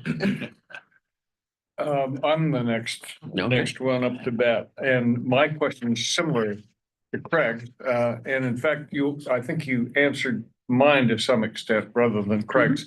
My question was, what skills, talent, and experience do you have that's not represented on the council right now that would be additive, not duplicative? I think you in part answered that, and I think Craig's was more to do with interactions on council. So I'll give you a chance to either answer mine or answer his, whichever you like. So I guess interaction on council, I'll go back to that because I probably did just gloss over that. I'm the ability to sit in a meeting with multiple people, sometimes headstrong, whatever. I love a good debate, but I also love being able to walk away from a debate and say, it was a pretty good debate. And maybe I agree with you, maybe I don't, but then you part ways, and it'll be different for me because basically I could win all the time for 30 years. So that was it's a big deal. I didn't win for 30 years, but I had that ability should there be a trump card for that. Skills that I do bring to the table, in terms of, this is patting myself on the back, but in terms of technology, I've never met my equal. That was because of the unique situation in which I grew up, which I mentioned in that letter. There was a time, a very small portion of time when you could learn everything there was to know about technology. It was a small portion. And so my technology background is broad, all encompassing. And, I grew up a developer, and one of my traits that I had was I was able to bridge the gap between technology and the average person. So I could actually take and really complex topics, digest them, melt them down, and then distribute it as something that was understandable by people who were not technology centric. So that was one of my claims to fame that worked. And so my skill set, that I'm not sure what on the board everyone's skill set is, but mine is in technology, biotech, and medicine. Basically, those three areas are and then business, of course, but business came as a layer on top of that. So I don't think that the board lacks any business experience, but things I bring to the table that are probably unique are those three things: technology, biotech, and medicine. Great, thank you. Thank you. I think I have the next question, John. So as a council member, how would you handle questions from residents about issues that they're having in the village? Boy, that is a wonderful question. First of all, I would ask you what I'm supposed to say. That would be the first thing, because I heard you guys the other day saying that you actually get phone calls and you get emails and you get that. And I said, well, I've never really thought of going to a council person for, I thought I would go to a council meeting if I had an issue, but it seemed kind of presumptuous just to go to, Mike lives next door to me, and I've never gone next door and said, Mike, I've got an issue. And it just wouldn't even come to my mind, like that I'm going to kind of skirt the systems. I don't know. Honestly, this is I'm almost going to put this back in you. I don't know how to handle that. Am I allowed to say anything? Am I allowed to? I don't know and I would ask for advice on that, because, I would generally want to get them to the right person, and help in that way. But the last thing I want to do is give my opinion, because I don't speak for, I don't speak for the entire council. I just speak for me. So I guess if it was a casual conversation or something like that, I would probably just give them exactly what my thoughts are. But if they were just looking for, to gripe or something like that, I'd have to get them the right person. That's my take on what I know right now. But that was interesting when, because I just wouldn't do that. I wouldn't bypass. If I had an issue, I would come to a council meeting and say, hey, I have an issue at the general questions part. So, I actually, I don't want an answer until I actually know more. So hypothetically, we live down the street from you, and they're doing some of the clearing of the undergrowth and taking out the invasives, and it's next door to me and I'm really concerned about about the appearance of how it looks. And I come to you and I express that concern. What would be your next steps? Gather information, go to, probably send out an email or the way we would communicate and then say who's best to handle this particular question.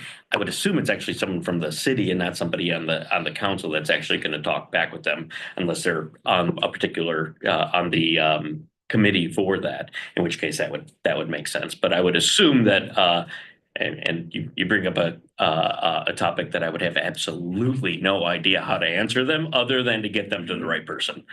So Okay, great. Thank you very I don't know much. if that's the right answer, actually. I'll ask you afterward. John, I'm next. You said you read all that material in preparation for the information session. Having read that, how should council balance between transparency and confidentiality? Transparency and confidentiality. I lean more towards transparency. Insofar as people, I'm predictable.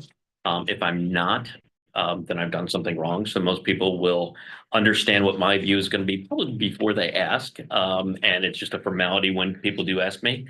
I am a big proponent of, like, an idea of mine would be to use Blue Sky, or some other platform. Blue Sky, at least I can protect and put in place a platform that would say, okay, here's where everyone can ask questions.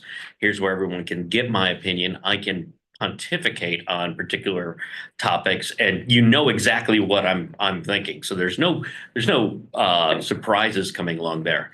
As far as the confidentiality side, I guess I would probably put the same rules I would put in with, say, an executive session at a board meeting.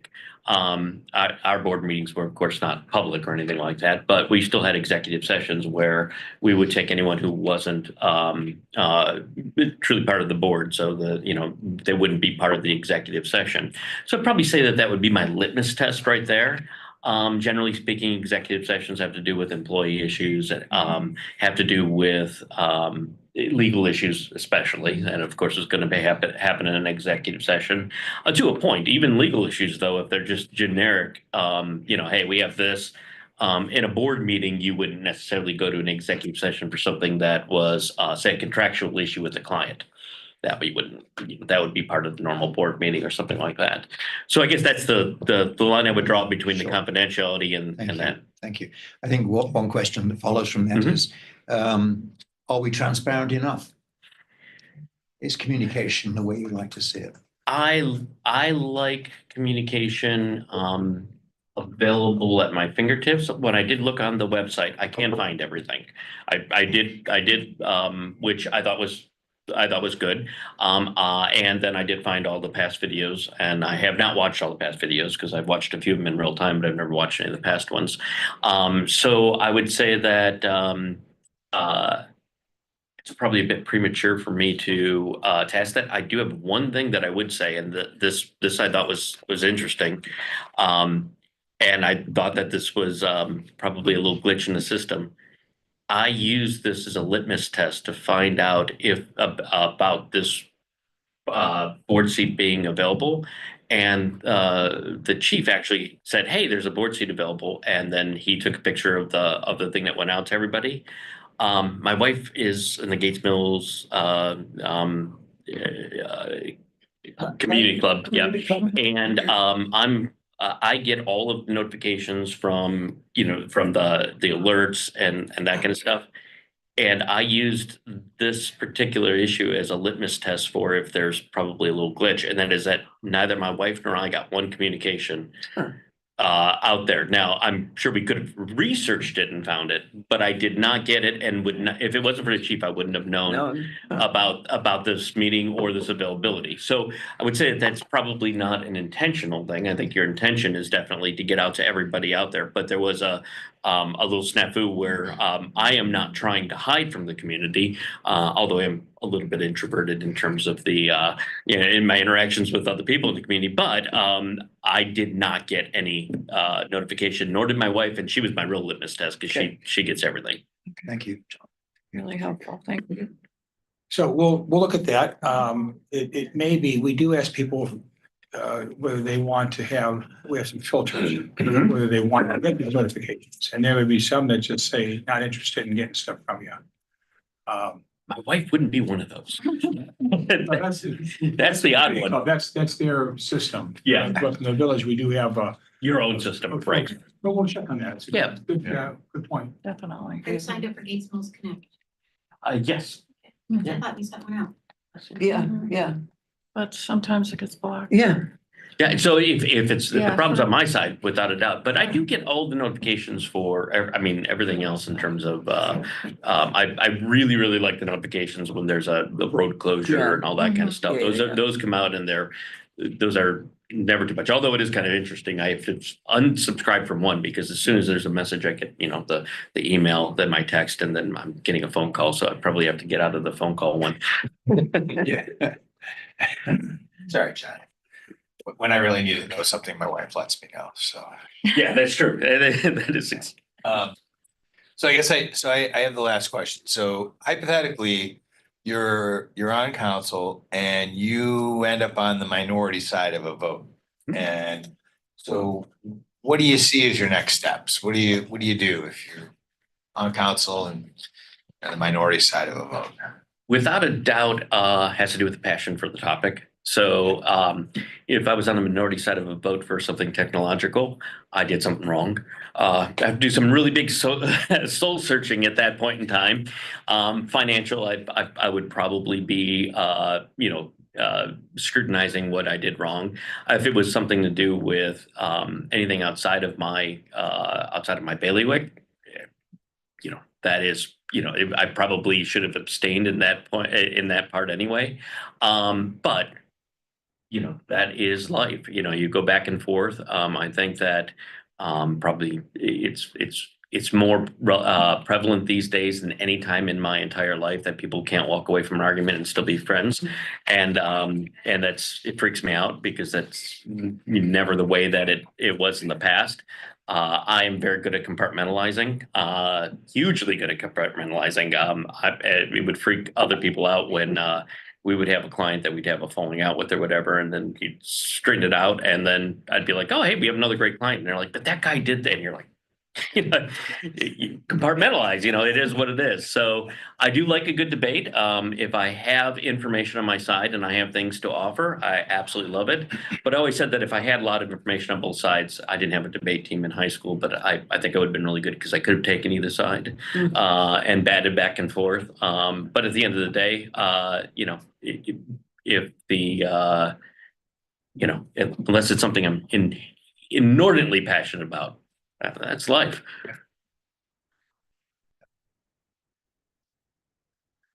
I have a question, John. Sure. Putting aside today's process, do you plan to run in November? That is a great question.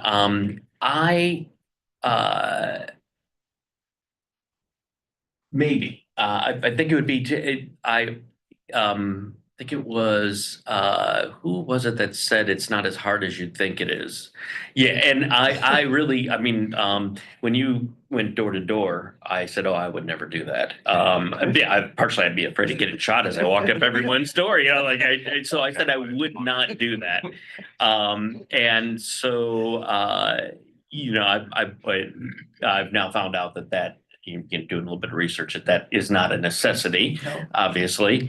So I don't know. It would depend upon if how much time the process took, and I would actually do a little bit more research on that. Yeah. But thank you very much for saying that the other day too, because in my head I had this daunting process where I was going to be putting out signs and doing it, and I was like, "Oh, that's definitely not me." John, in your letter to us, you had maybe you could expand on this. I'd love to see the downtown area upgraded to compete with surrounding communities while preserving the charm and character that makes Gates Mills unique. Can you elaborate on that? I absolutely can. And this message does not come from me. It comes from my 21-year-old daughter, who threw me to you guys. She came to me and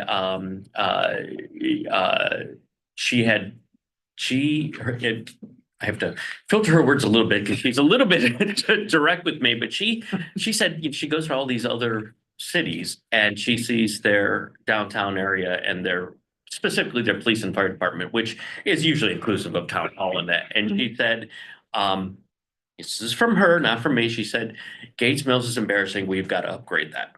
And she said, so you should get on city council and change that. And I'm like, well, I don't think it works exactly like that.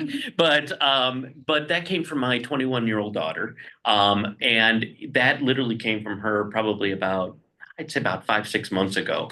And she sees the other cities that have got these gorgeous fronts and everything. And I have to agree with her.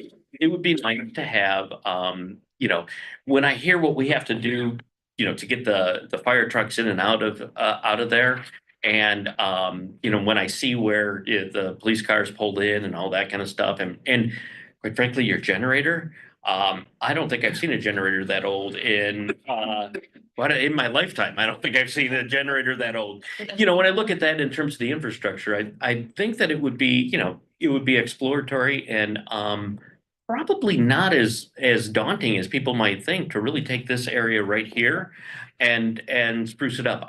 One of the problems I do see though is that because these are older buildings, I think that they would have to be replaced as the buildings, age out one to the other, because the foundation and everything, it would be terribly difficult to retrofit a building like these. So having done a lot of retrofitting in the houses that I have on County Line, I could see how difficult that would be. So new buildings would be awesome, but if you have land around, which I think you have some land across, that would be cool. But I would love to explore that. I don't know what the appetite is in Gates Mills, but I agree with my daughter. Thank you. And you're lucky your daughter says that about the village. My kids, they say that about me. Yeah, well, yeah. Trust me, she has her own. We've got about 5 minutes. So John, I have a question. So if you see how we have volunteers that one weekend in the spring volunteer to pick up the trash along the side of the roads from the winter that accumulates. If one day, if you were on council and you realized we didn't have any volunteers to do it, what would be your approach? Would you say we should get the service department guys to do it, or we should round up some volunteers, or you know what, I'll take County Line? Well, I have 6 people in my family, so I'd make sure that they were all here, and I tell them to go grab their I don't know what you call those, but little tongs and let's get out there. But I would also try to get people from the community to help. I mean, I don't know how many people you have in your service department, but I think there's only 3. Less than 10. 6, 7. 6, 7? Okay. 18 bases, yeah. That would go out. So I would, but that includes firefighters and everything, doesn't it? Yeah. I would say that I would be ashamed of the community for not, stepping up and cleaning up out there.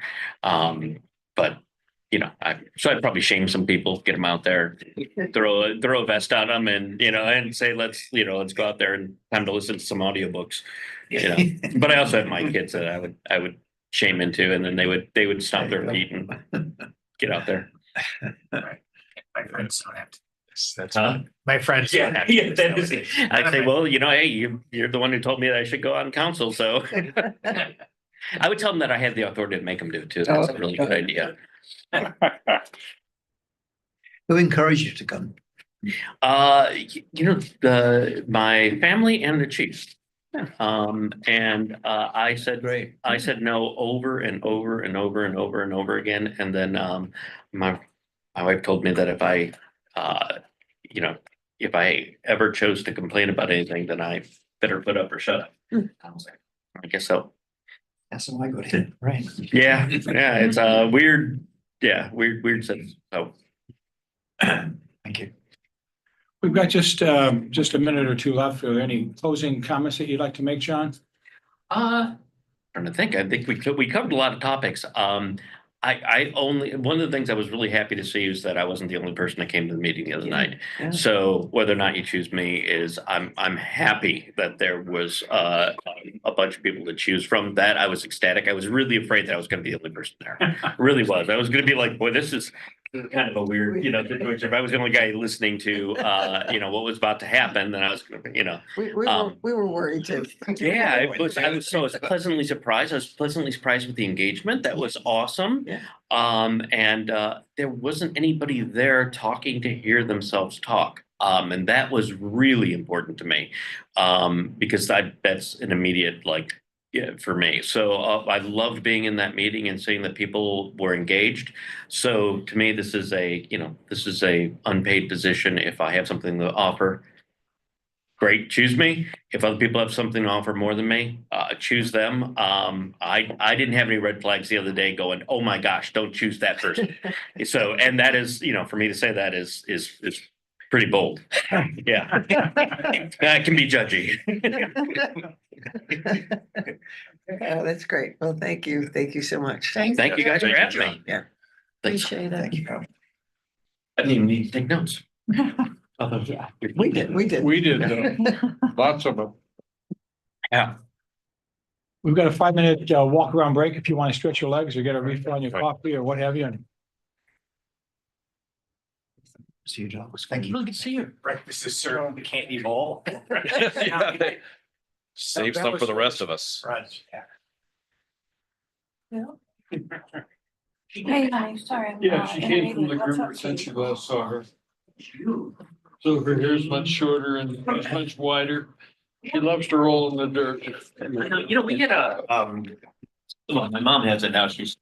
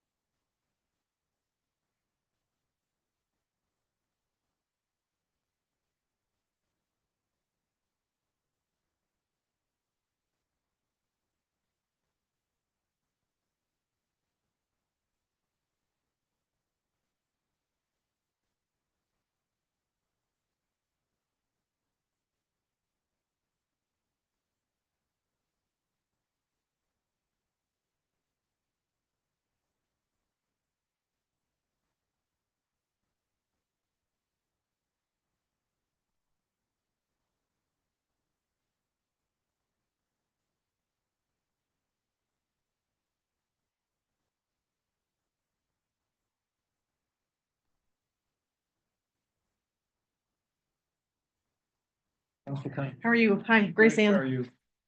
Hi, Sandra. Hey, how are you? Good. Good, good. Come on, before you.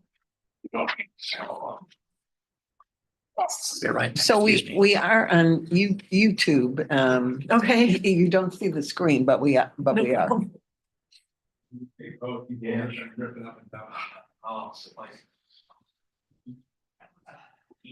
So we'll get started and give you a little lay of the land. And everybody's back.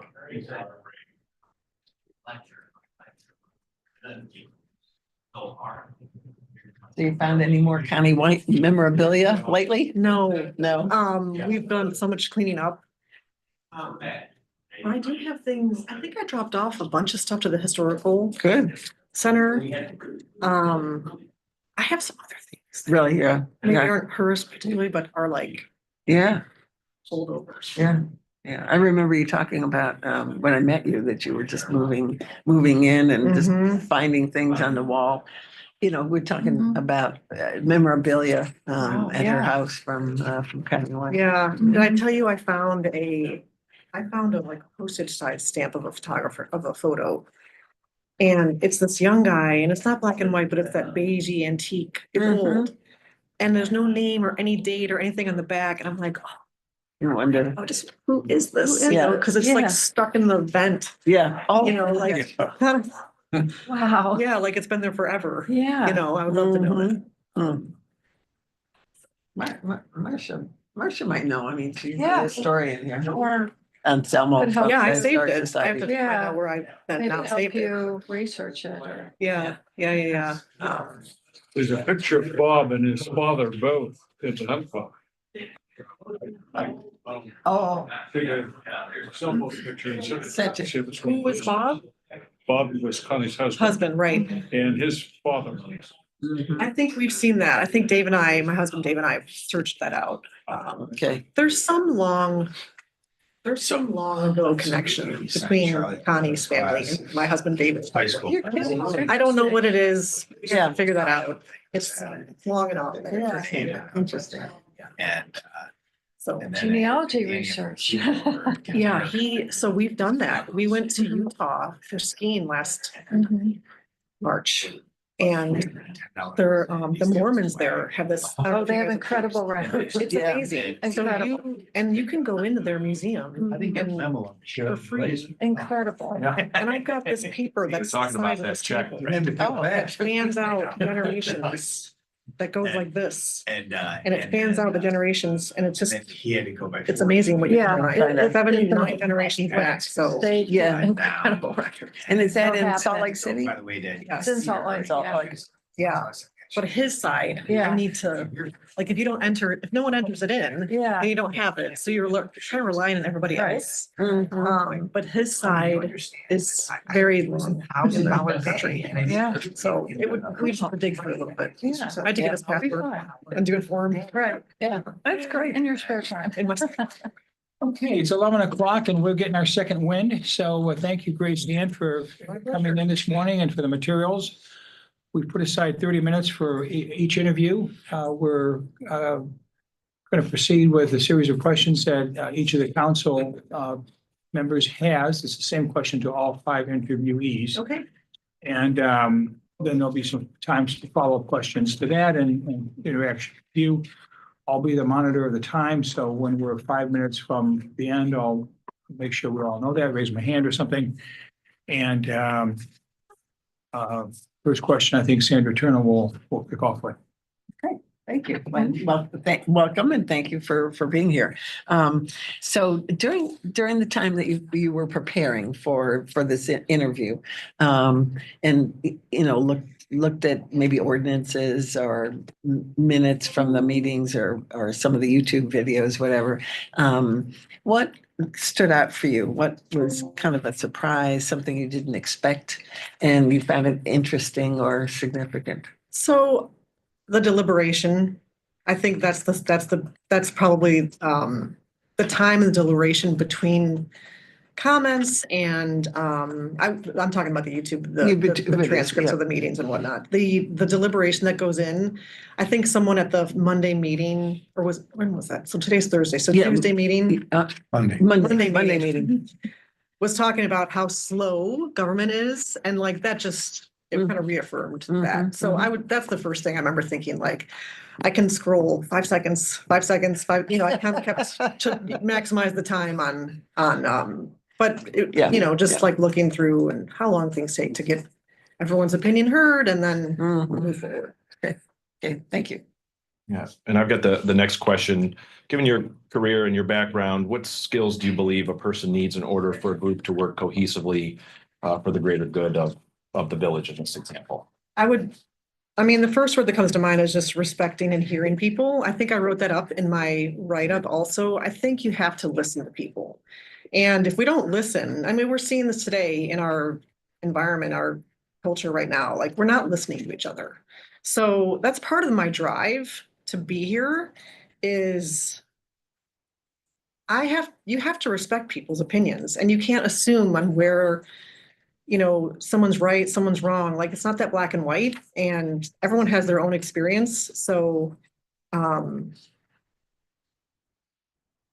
don't know. I think I like people and I like people who are very different from me because I'm just trying to put myself in their shoes of where they're coming from.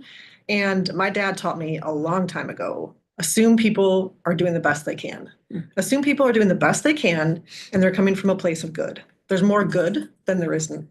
So that's where, if you start from that standpoint, you really can't go wrong, I found. So.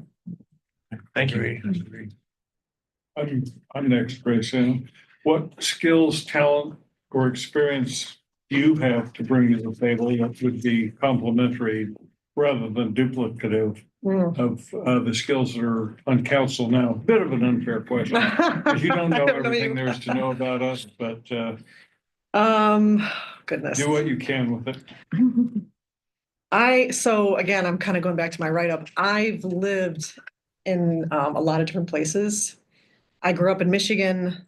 I've lived in Washington, DC. I've lived in Kirtland Hills. So I've lived overseas.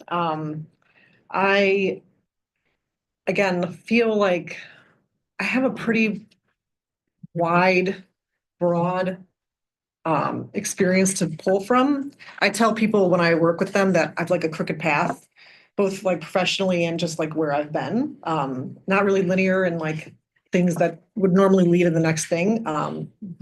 So I kind of find that to be an asset where I'm really quick to pull connections together with seemingly disparate ideas. So that would be how I would answer that.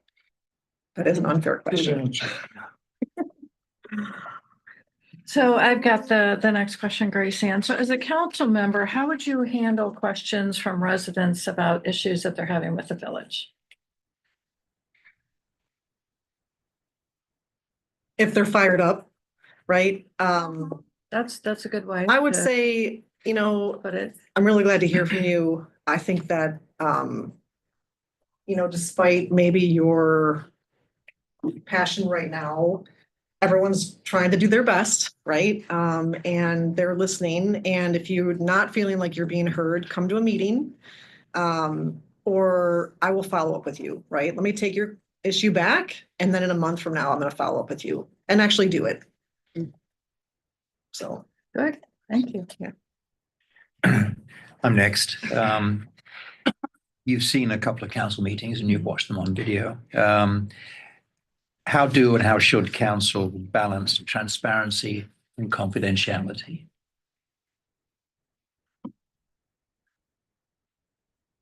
I think if it becomes personal, I think that the line, if you're not talking ideas, but if you're talking people, that can be tricky. So ideas, all open, right? Ideas, perspectives, even groups, then let's put it out there. And obviously people need to be able to hear what's going on. I think if you're getting personal, then there's reasons to keep things private. So in my current work, I'm the executive director for a nonprofit. In my current work, I am privy and I sit in on all the monthly meetings and then they go into executive session and I leave. Because they're talking about me. So that's fine. You know, it's just my job is they have to review my job and I shouldn't be there. So that makes total sense. So there's, and also just, you know, on the flip side of that, it's having that thick skin to be like, oh, this is not something that should be discussed publicly and it's not personal. Yeah. We're not excluding you for a reason. It's just proprietary. We do have the mechanism of executive session, which Mhm. allows things to be kept confidential. Right. So, And you don't I take agree. minutes during that. No, we don't. Right. We don't talk about it afterwards either. Right. No, Right. But we don't vote. right. Thank you. Mhm. Could I ask a quick question here? You're an executive director of a nonprofit, and my exposure in nonprofits is that people are very interested in the here and now, the short term, next week, next month, this year. Few people think about the longer run Mhm. because it's more difficult. But you seem to be able to balance that. I mean, how do you entice people who are concerned about the here and now to talk about the future? So, we talk a lot. Sometimes our meetings turn into, investment clubs. And I'm always moving them. Okay, we need to think about what's this look like 5 years from now? What's this? And as soon as I started actually at this job, I was like, what's the succession plan for this role? Because I'm the only employee. And so that's on my mind, right? Not that I anticipate leaving No. or that but you know, It's essential. it happens, right? Yeah. And I came into the point where I came into the organization where they were in trouble and they hired me. And the woman who I replaced, I was not hired for this role. I replaced her eventually after 6 months or so. But she was ill-equipped and she was set up to fail. And it was like, they did that because they didn't plan ahead. And it was during COVID, like COVID wrecked a lot of organizations and that, you know, no one's to blame, right? But it was an issue and it wasn't thinking about that succession planning. So regardless, I think I constantly return to the mission statement. I'm constantly returning to why are we here? And I survey my members a lot. My members are the volunteers. I survey them to make sure that, and almost remind them, like, you're here for a reason, you joined for a reason, and my members pay to be in my organization. So they're time, talent, and treasure to be with my group. So there's a reason they're there, and I have to kind of keep them on track and remember, we're here to serve. We're here to grow the economic development of this. That's our mission. Job creation for Northeast Ohio, et cetera, et cetera. But sometimes it's, you know, we're not just here for the social element, like we've got to stay on track. So because I'm in that position and I'm not the membership, I can do that because I'm a little removed from that. Yeah. So I don't know. I kind of always return to what's our bylaw say? Yeah. Why are we here? Right. So, Thank you. Separate You plan to run, So, Chris, in this We- fall, if you're not selected in this process? yeah, yes, I think so. I don't know. This came up quickly and it wasn't on my mind like until a week ago. So, so I don't see why not. It's a little terrifying, but why not? I should think. Yeah, probably not, but it's a little terrifying. Yeah. So Gracie, I have the last of the fixed questions. So hypothetically, so you're on council and you end up on the minority side of a vote. What do you do as your next steps? What do you see as your next steps after that? Minority, I mean, I think you just have to keep working together. So I would probably, I guess it would depend on what I'm voting on and what is the issue, because if it's something I can affect later and I still can have some influence, that I would probably keep having those discussions. If it's a closed matter and we're moving forward, then we're moving forward.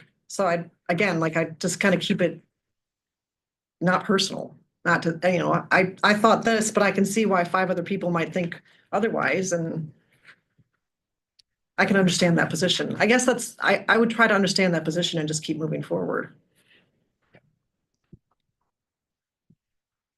I don't know another way to not, I mean, what else do you do, right?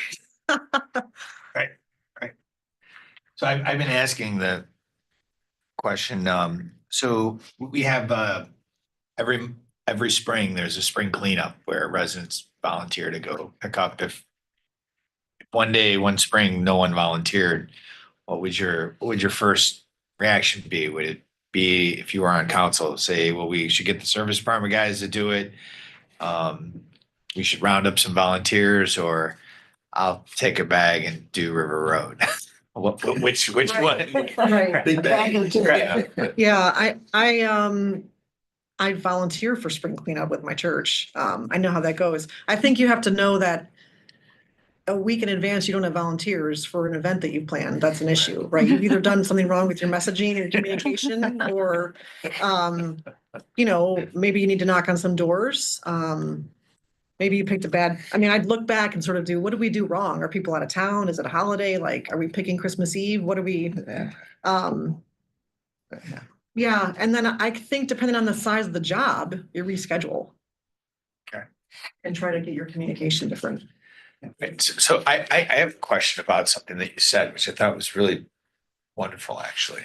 So the volunteers in your organization, as I understand it, they're retired business people, and they pay to join your organization. As you said, that their time, talent, and treasure. Great, that was great. Why do you suppose that those people put their time, talent, and treasure into that organization? They are mostly retired.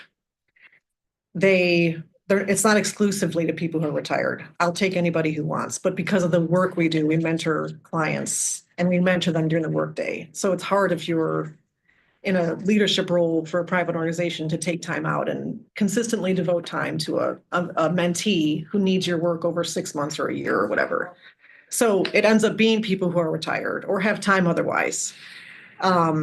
I think people want to stay involved. They want to have purpose. They don't want their skills to die, right? They've had a 30-year career and they don't want their skills to die, and they can't golf all day, is what I said earlier. They can't golf all day. They want to keep involved and they want to stay intellectually challenged. So there is a way to repurpose your skills, people's skills. This is all in my marketing material, so I've got it down pat. But it's repurposing your skills so that you're helping the next generation, right? And so someone who's left an office environment and then is home, that sense of isolation and also, well, now what, right? Like, now what do I do? And the next natural thing is to help the next guy. So I think people pay because they know the organization's worth it. It's very hard to fundraise.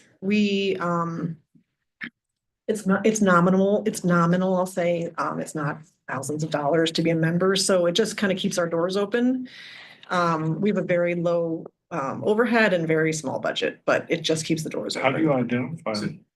Sorry? How do you identify the people you use? I have them recruit their network. Right. Right, How many members do you have? about 45. 45, okay. Would you suppose, though, you said about helping the next generation, you suppose maybe they're passionate about that and that's why they do it? 100%, yeah, and that was the Thank results on the membership survey I just put out last week, which was, are you here to be social? I have really dialed in a couple different questions to ask the same question a different way to make sure I understood. And the results were, are you here for social reasons, to get out of the house because your spouse doesn't want you home all the time? Or are you actually here to mentor people? And over again, that was the highest response, right? They're here for that. So are you ready to go from executive to director to one of those time, talent, and treasure people? That's what you're looking at right here. So, right, and that's again what I wrote. It's like, I'm here now. I'm rooted here now. And I've lived, like I said, I've lived in a lot of different places. And I'm doing this work professionally, but I'm also like, wait a second, I want my kids to see that you need to do this civically. I want my kids to see that you need to contribute. And I know that modeling is just really important. So that's where I am. And I'm Next question, when you bring in your mentors, it's inevitable that some will be very good at it, some will be mediocre at it, some will not be good at it. How do you weed out the mentors you don't want? And, or do you just, So I rarely turn people away who want to give their time. So we have different levels of clients that come in seeking advice. And sometimes they're just looking for a pair of eyes on a business plan. Sometimes they're looking for like real in the weeds financial planning. So there's a place for everybody in that range, right? And so a lot of times our clients who come in are not in a position to interact with people of professional business, I'll just call it caliber, right? Because that's just not their immediate demographics or their network or their professional experience or their neighborhood or whomever. So when they come in, even having someone who maybe is not the best mentor has a purpose for someone to just be like, how do I do this? Or help me with this, or just have a conversation. That alone is a service that they're being listened to and they are being heard, right? And then they can decide, they can choose their path after that, right? I got a little advice, I'm gonna stay as employee, or I got a little advice and actually, yeah, I can be an entrepreneur.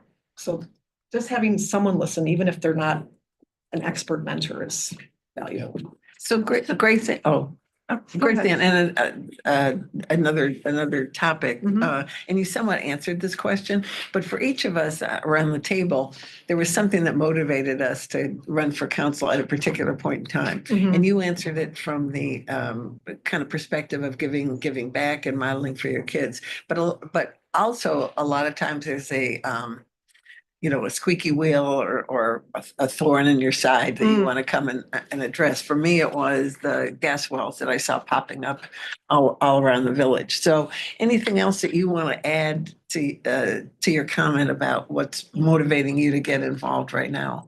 I'm just generally curious about how government runs. Okay. And I really think, again, like your life is local. So if I can explain to a friend of mine who's also in Gates Mills or in Mayfield, like how things work. I have a friend on the Pepper Pike Council, and just talking to him about how things work and how they're going through things and like how, we live here. Like it's really just wanting to know how it works where I live. Okay. And frankly, my kids are getting older. I have time. Okay. So it's always been on my mind, but when they're younger, it doesn't work. But now Yeah. it works. Okay. All right. Good. Thank you. So, Lauren? Roseanne, do you have a board that you report to? Yes. You do. So have you ever found yourself on, a different side of opinion from the board that you felt that you really were speaking from the right place? And have you ever had to influence them, and how did you go about doing that?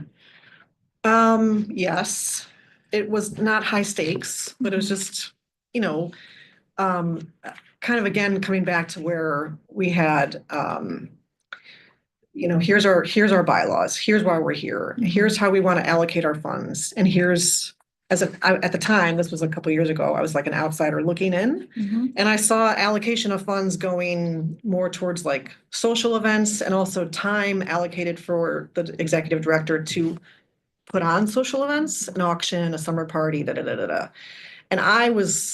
it didn't happen the first year, but over a course of time, I was like, this is not the best use of my time for what we want to do and for what we're trying to like accomplish.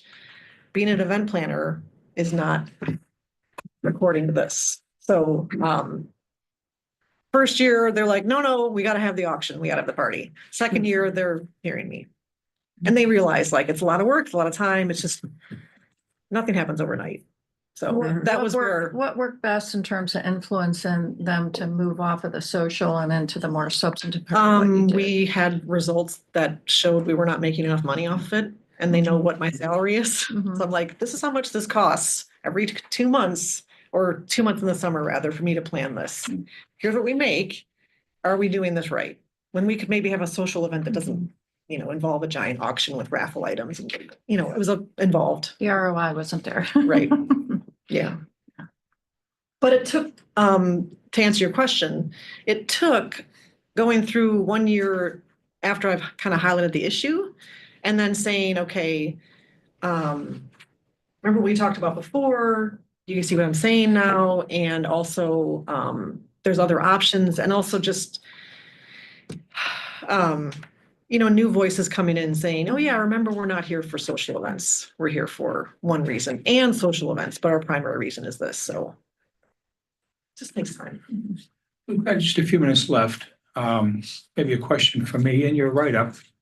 You had indicated, and being a relatively new resident, part of what we're trying to do is to work with community engagement and get more and more people to understand what it is like to live in the village here and what the traditions are and the values and how you carry those forward. And so we have things like the pink sheet and we have the bulletin board and we have other things to try to do that. We got a lot more work to do. You had indicated that there could be other ways to connect, particularly senior services. Is there anything specific that you've got in mind in that area? I thought about that a little bit. I just feel like there's an opportunity for some volunteer, either general signups or just kind of rallying some interest with the community. It could be via the pink sheet, it could be electronically, it could be a combination of both. When I lived in Arlington, Virginia, my kids were very young and I was a part of a group called Mothers of North Arlington. And it was fantastic. And I was on the board for however 5 to 7 years. It was fantastic because before your kids join a school district, you don't really have that community if you're at home, and it can be really isolating. So this group, I joke, but it like saved my life. My husband was traveling work. I had 3 kids and I was tapped into a group. And I moved here and I kept sort of feeling sorry for some moms that I know who didn't have that or were like kind of going off in the different communities or down to Van Aken to tap into moms groups. I'm like, there's gotta be a way to do that here. So I don't know if that would work. I don't know if we have that kind of density of the people here or who they are yet, but that's an idea that I would have. Like, there's just some low hanging fruit maybe that doesn't cost money. Yeah. That if people really are The comments invested. I've gotten back over the last several months, we do a lot of fun things. Okay, the Mhm, Easter egg hunt, the Halloween party. Are we doing enough for our seniors on the other end of the spectrum? Right. And I've got, and I start to write that down. No, probably not. And our demographics are probably skewed that way. Right. So, that's something for us all to work on now and over the next several years is to see whether there's more that we can do for our seniors. Yeah, and I thought based on your comment on Monday, that just like lights a fire in me because I work with a lot of seniors. I mean, they're all 75 average. There's young and there's old, and it's changing, but I talk with people of that age daily. Yeah. And having a phone call or just like a rotating volunteer to call, like that's a great idea. Where you just call people and say, did you get out of bed today? Do you need food? Did you trip? You're not answering your phone? Like that's very easy. Yeah. And that could just be my high school kids making that phone call. This is not, there's plenty of, I think there's stuff like that we can do. Yeah, okay, thank you. Very good. Any closing comments? We've got just another minute or two. No, I mean, thank you for your time and listening and hearing me out. So I appreciate the effort. I think this is really well run and comfortable as a candidate. Could be kind of overwhelming, so Good. I'm. It's actually been fun between between us, Janet, Jean, myself in the office here in the mayor's office, so to speak, council to kind of put this together. I started the comments this morning. The mandate to fill the spot is 2 sentences. Thou shalt fill it in 30 days, or if not, someone else will. And with no idea on process or procedure, so. That's great. And I really liked Monday. That really helped as opposed to just reading it. That really helped. Yeah. I think everybody's context. made that comment that it was great. It was great. Really well So, done. and thank you, especially as a pleasure. new resident, for putting your hat in the ring and Mhm. getting involved. Appreciate it. Thank you. Yeah, my pleasure. Thank you. Sure. Thank you. Thank you. Okay, guys, hang in there. One more to go. We're right on time. So nice. to Not bad. How are you? I didn't see you coming. Excuse me. Thanks. Reinforcements are here. Hey, Al, come on in. We're all the way down the table. Hi. I like your good, Chris.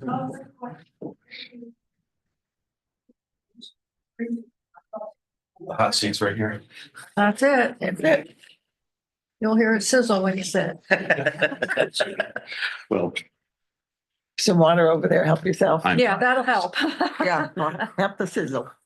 This is a tough crowd. Sure the other candidates have worn you out, so I'm the last one. That could be good or bad. Yes, exactly. You've heard enough. I'm ready for me to go, right? Oh, gosh. Does it warming up out there? Yes. Good. Good. Look, Pretty nice from here. We were joking a few moments ago.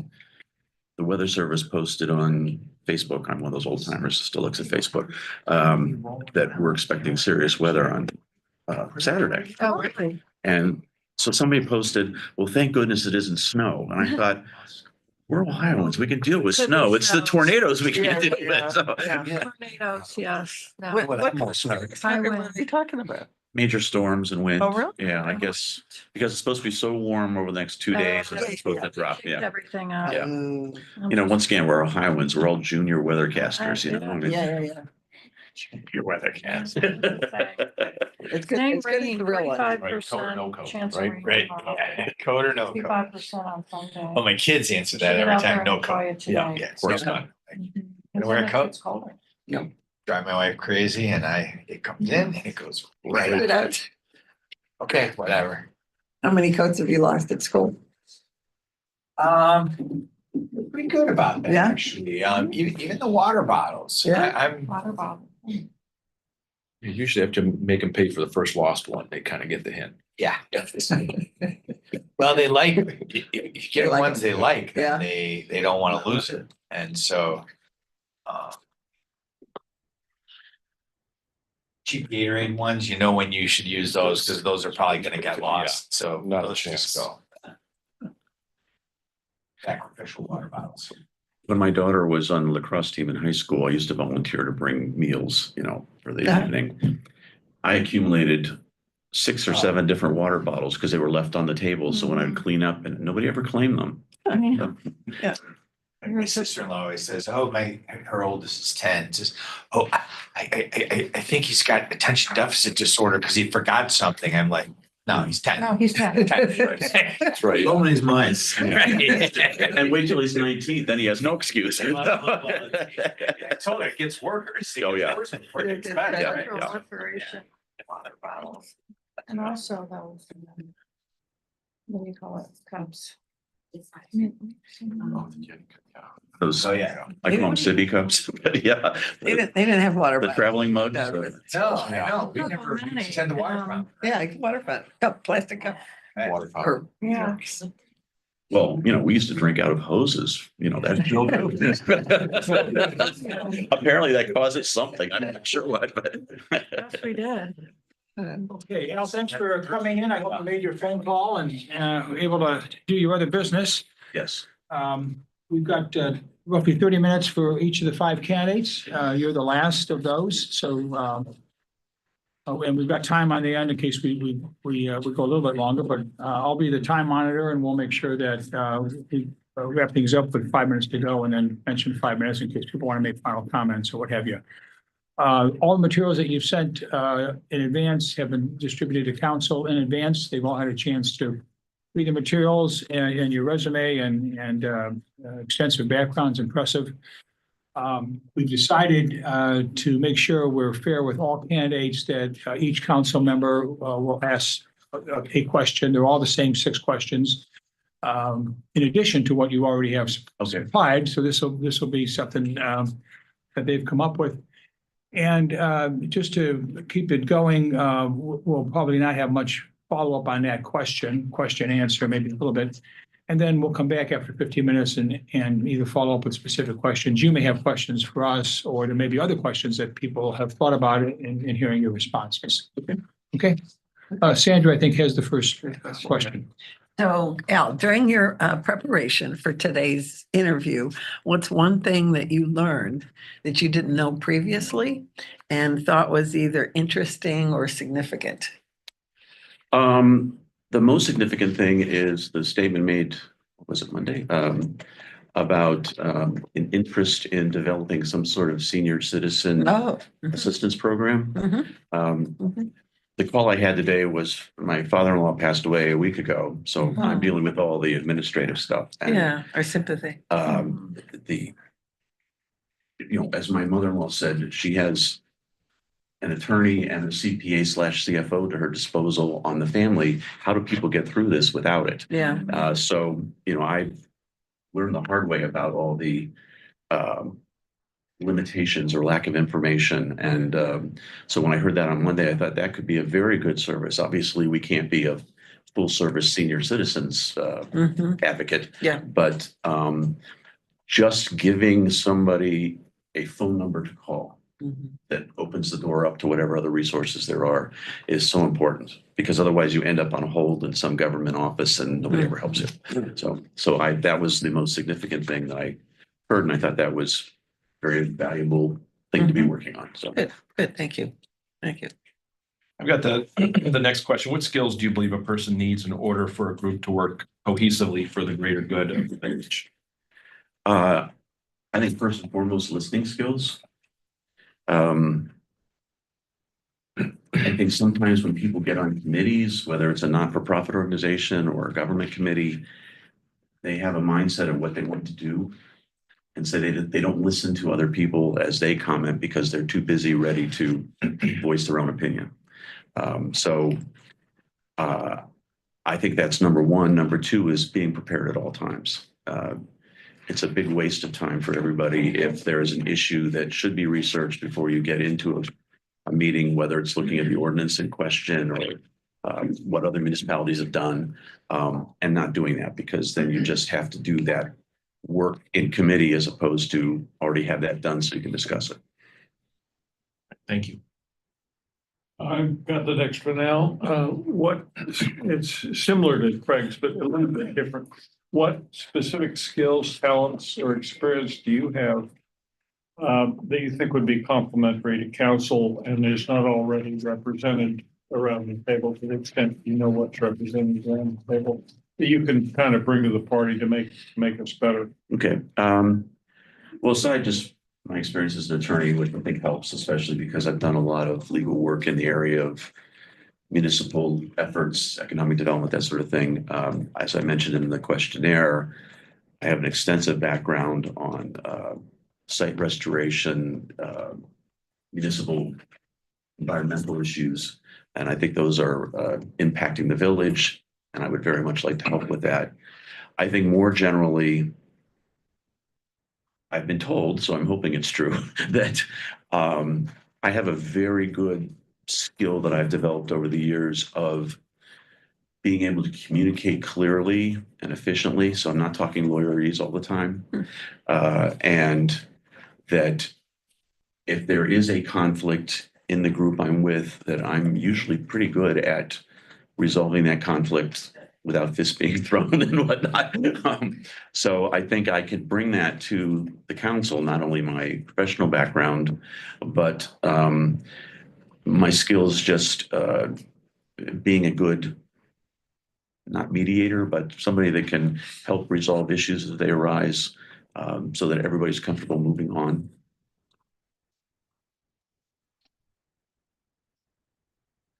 So I've got the next question now. As a council member, how would you handle questions from residents about issues and concerns that they have with the village? Well, I think it comes with the job that we're going to be expected to answer those questions, or at least send somebody to somebody who can answer the questions. So I would feel it's my responsibility to respond to every email, phone call, whatever the case may be. My father was a township trustee in Summit County for 20 years. So we got very used to the phone calls at all hours of the day and night. And if he wasn't around, somebody saying, well, what can you do? And, I have a 14-year-old kid. So, I would just commit to responding to everything, even if the response is, I don't know, I will see what I can do to help. Because once again, when people are calling, there's obviously something they're concerned about. Otherwise, they wouldn't bother picking up the phone or emailing. So it's important to recognize that if it's important enough for somebody to communicate, it's important enough to respond.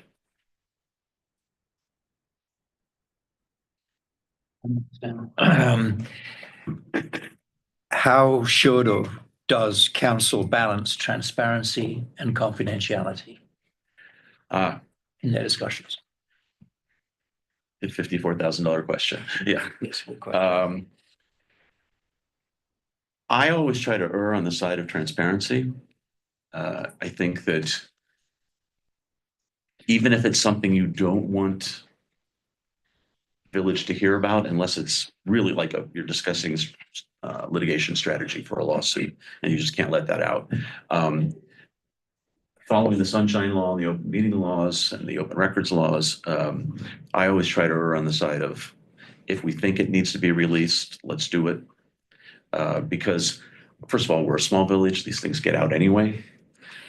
Secondly, if you do not release it, all that results in is a bunch of rumor and gossip and negative fantasizing. What are they doing behind closed doors? So even if you can't release the specific information being requested, I think that it's always good to amongst the council say, what are we going to release and how? So that once again, you're at least communicating something.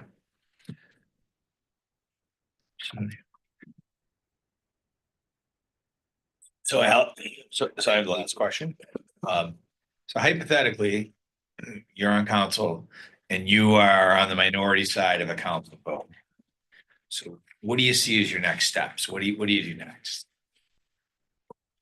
Well, first and foremost, I believe that if you're going to sit on a council or a board or any sort of organizational management group like that, you have a duty to, once the council has acted, unless you think it's illegal, you have a duty to respect that and support it.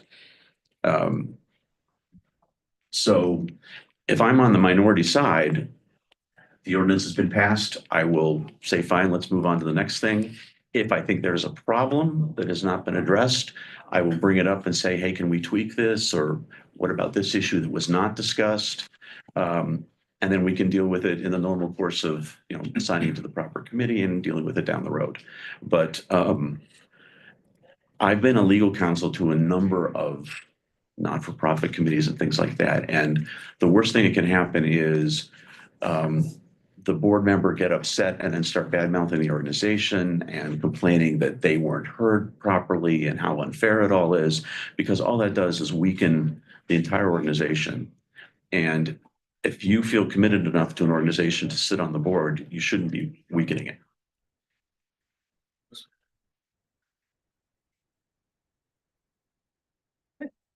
Any follow up? I have a follow up. So I do too. Go ahead.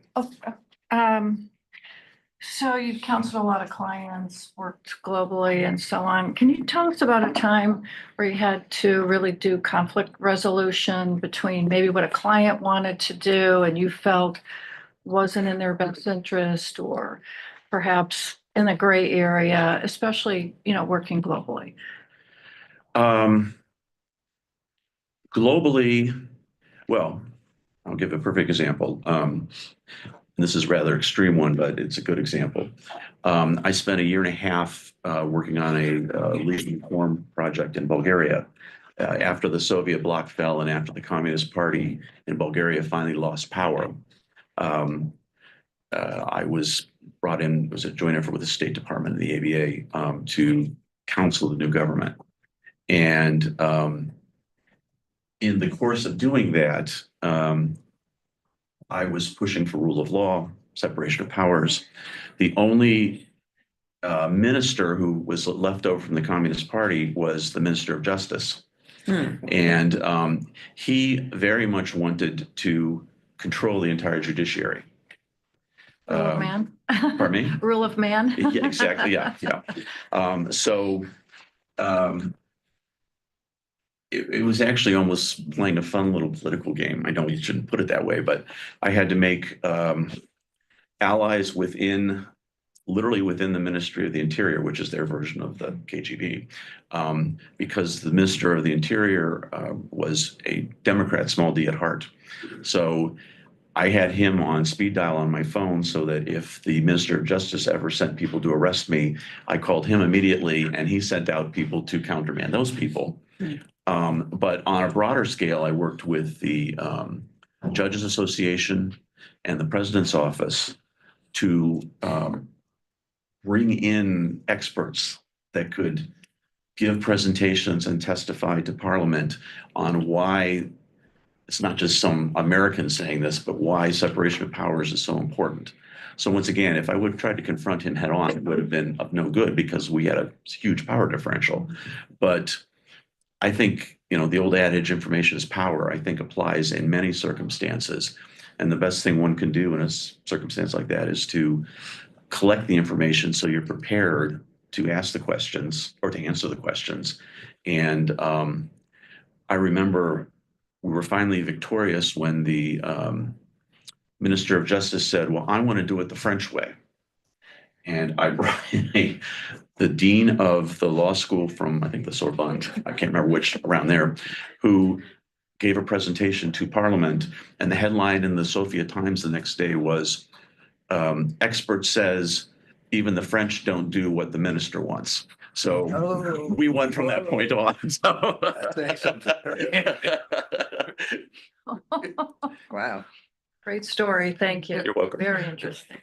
Like I said, that's an extreme one. Yeah, but it's I've a got great two. story. One, putting aside whatever the outcome is of today's process, do you plan to run in November? Well, the November after my term is up, you mean? No. If presuming you weren't the ones. Oh, I'm sorry. Okay. Would you plan to run in November? Quite honestly, it depends on who has decided to re-up. There are people on this council I know better than others, and I wouldn't want to run against them because I respect what they do, and why should I run if they're doing exactly what I think they should be doing? I have not looked to see who's up yet.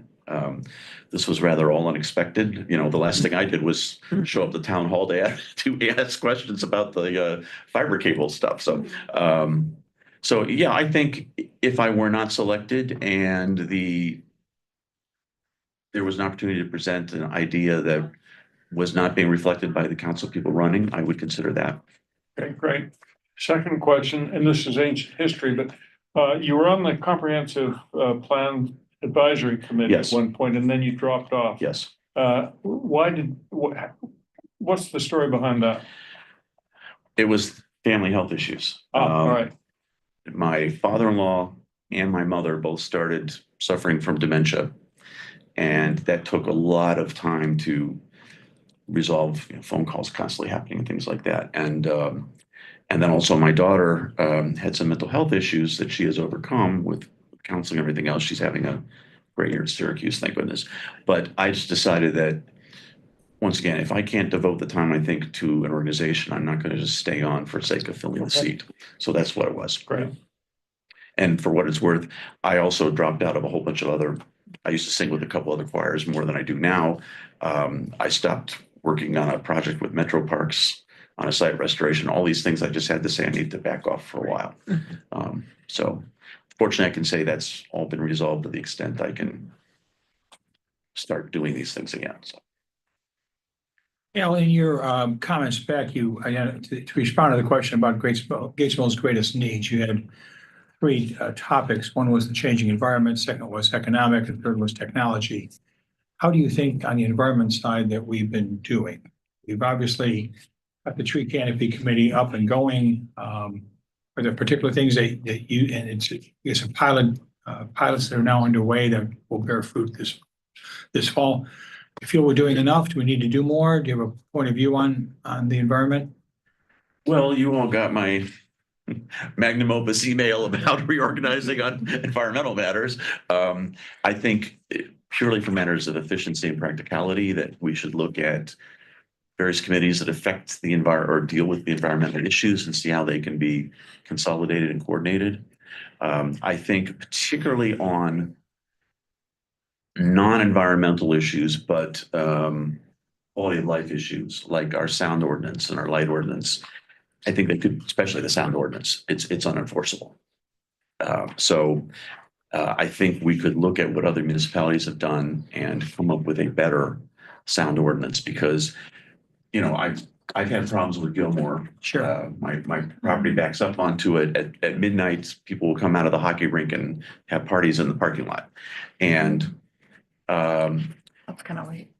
or there will be, 6 o'clock in the morning, the track team will turn on a practice rap music. And first of all, last thing I want to do is be calling the police every time that there's that sort of issue. And secondly, when the police show up, the first response is, well, I'm not sure there's anything I can do about it because we don't know how to enforce the law because it's too vague. And I don't want to put any police in that position as well. So that sort of thing, I think we could do a better job on. I think also focusing on the tree canopy thing for a moment.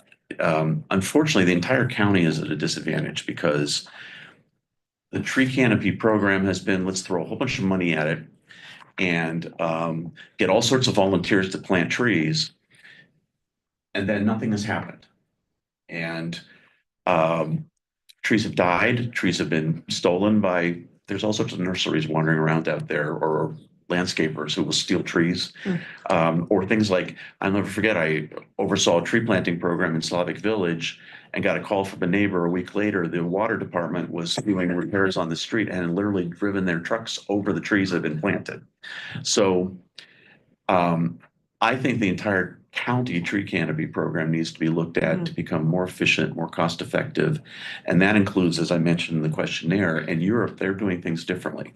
They're adopting what they call rewilding, where there isn't so much human intervention. You plant trees where you want a diversity of species. Otherwise, you just let the ground regrow, keep out the invasive species.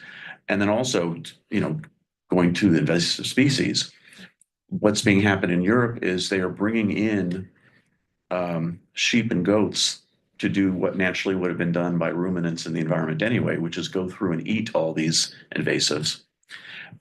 In Europe, not only has that proven to be more effective than humans trying to spray everything with Roundup, but it has been beneficial to the farmers because they can actually profit off of their animals eating the invasives. Yeah.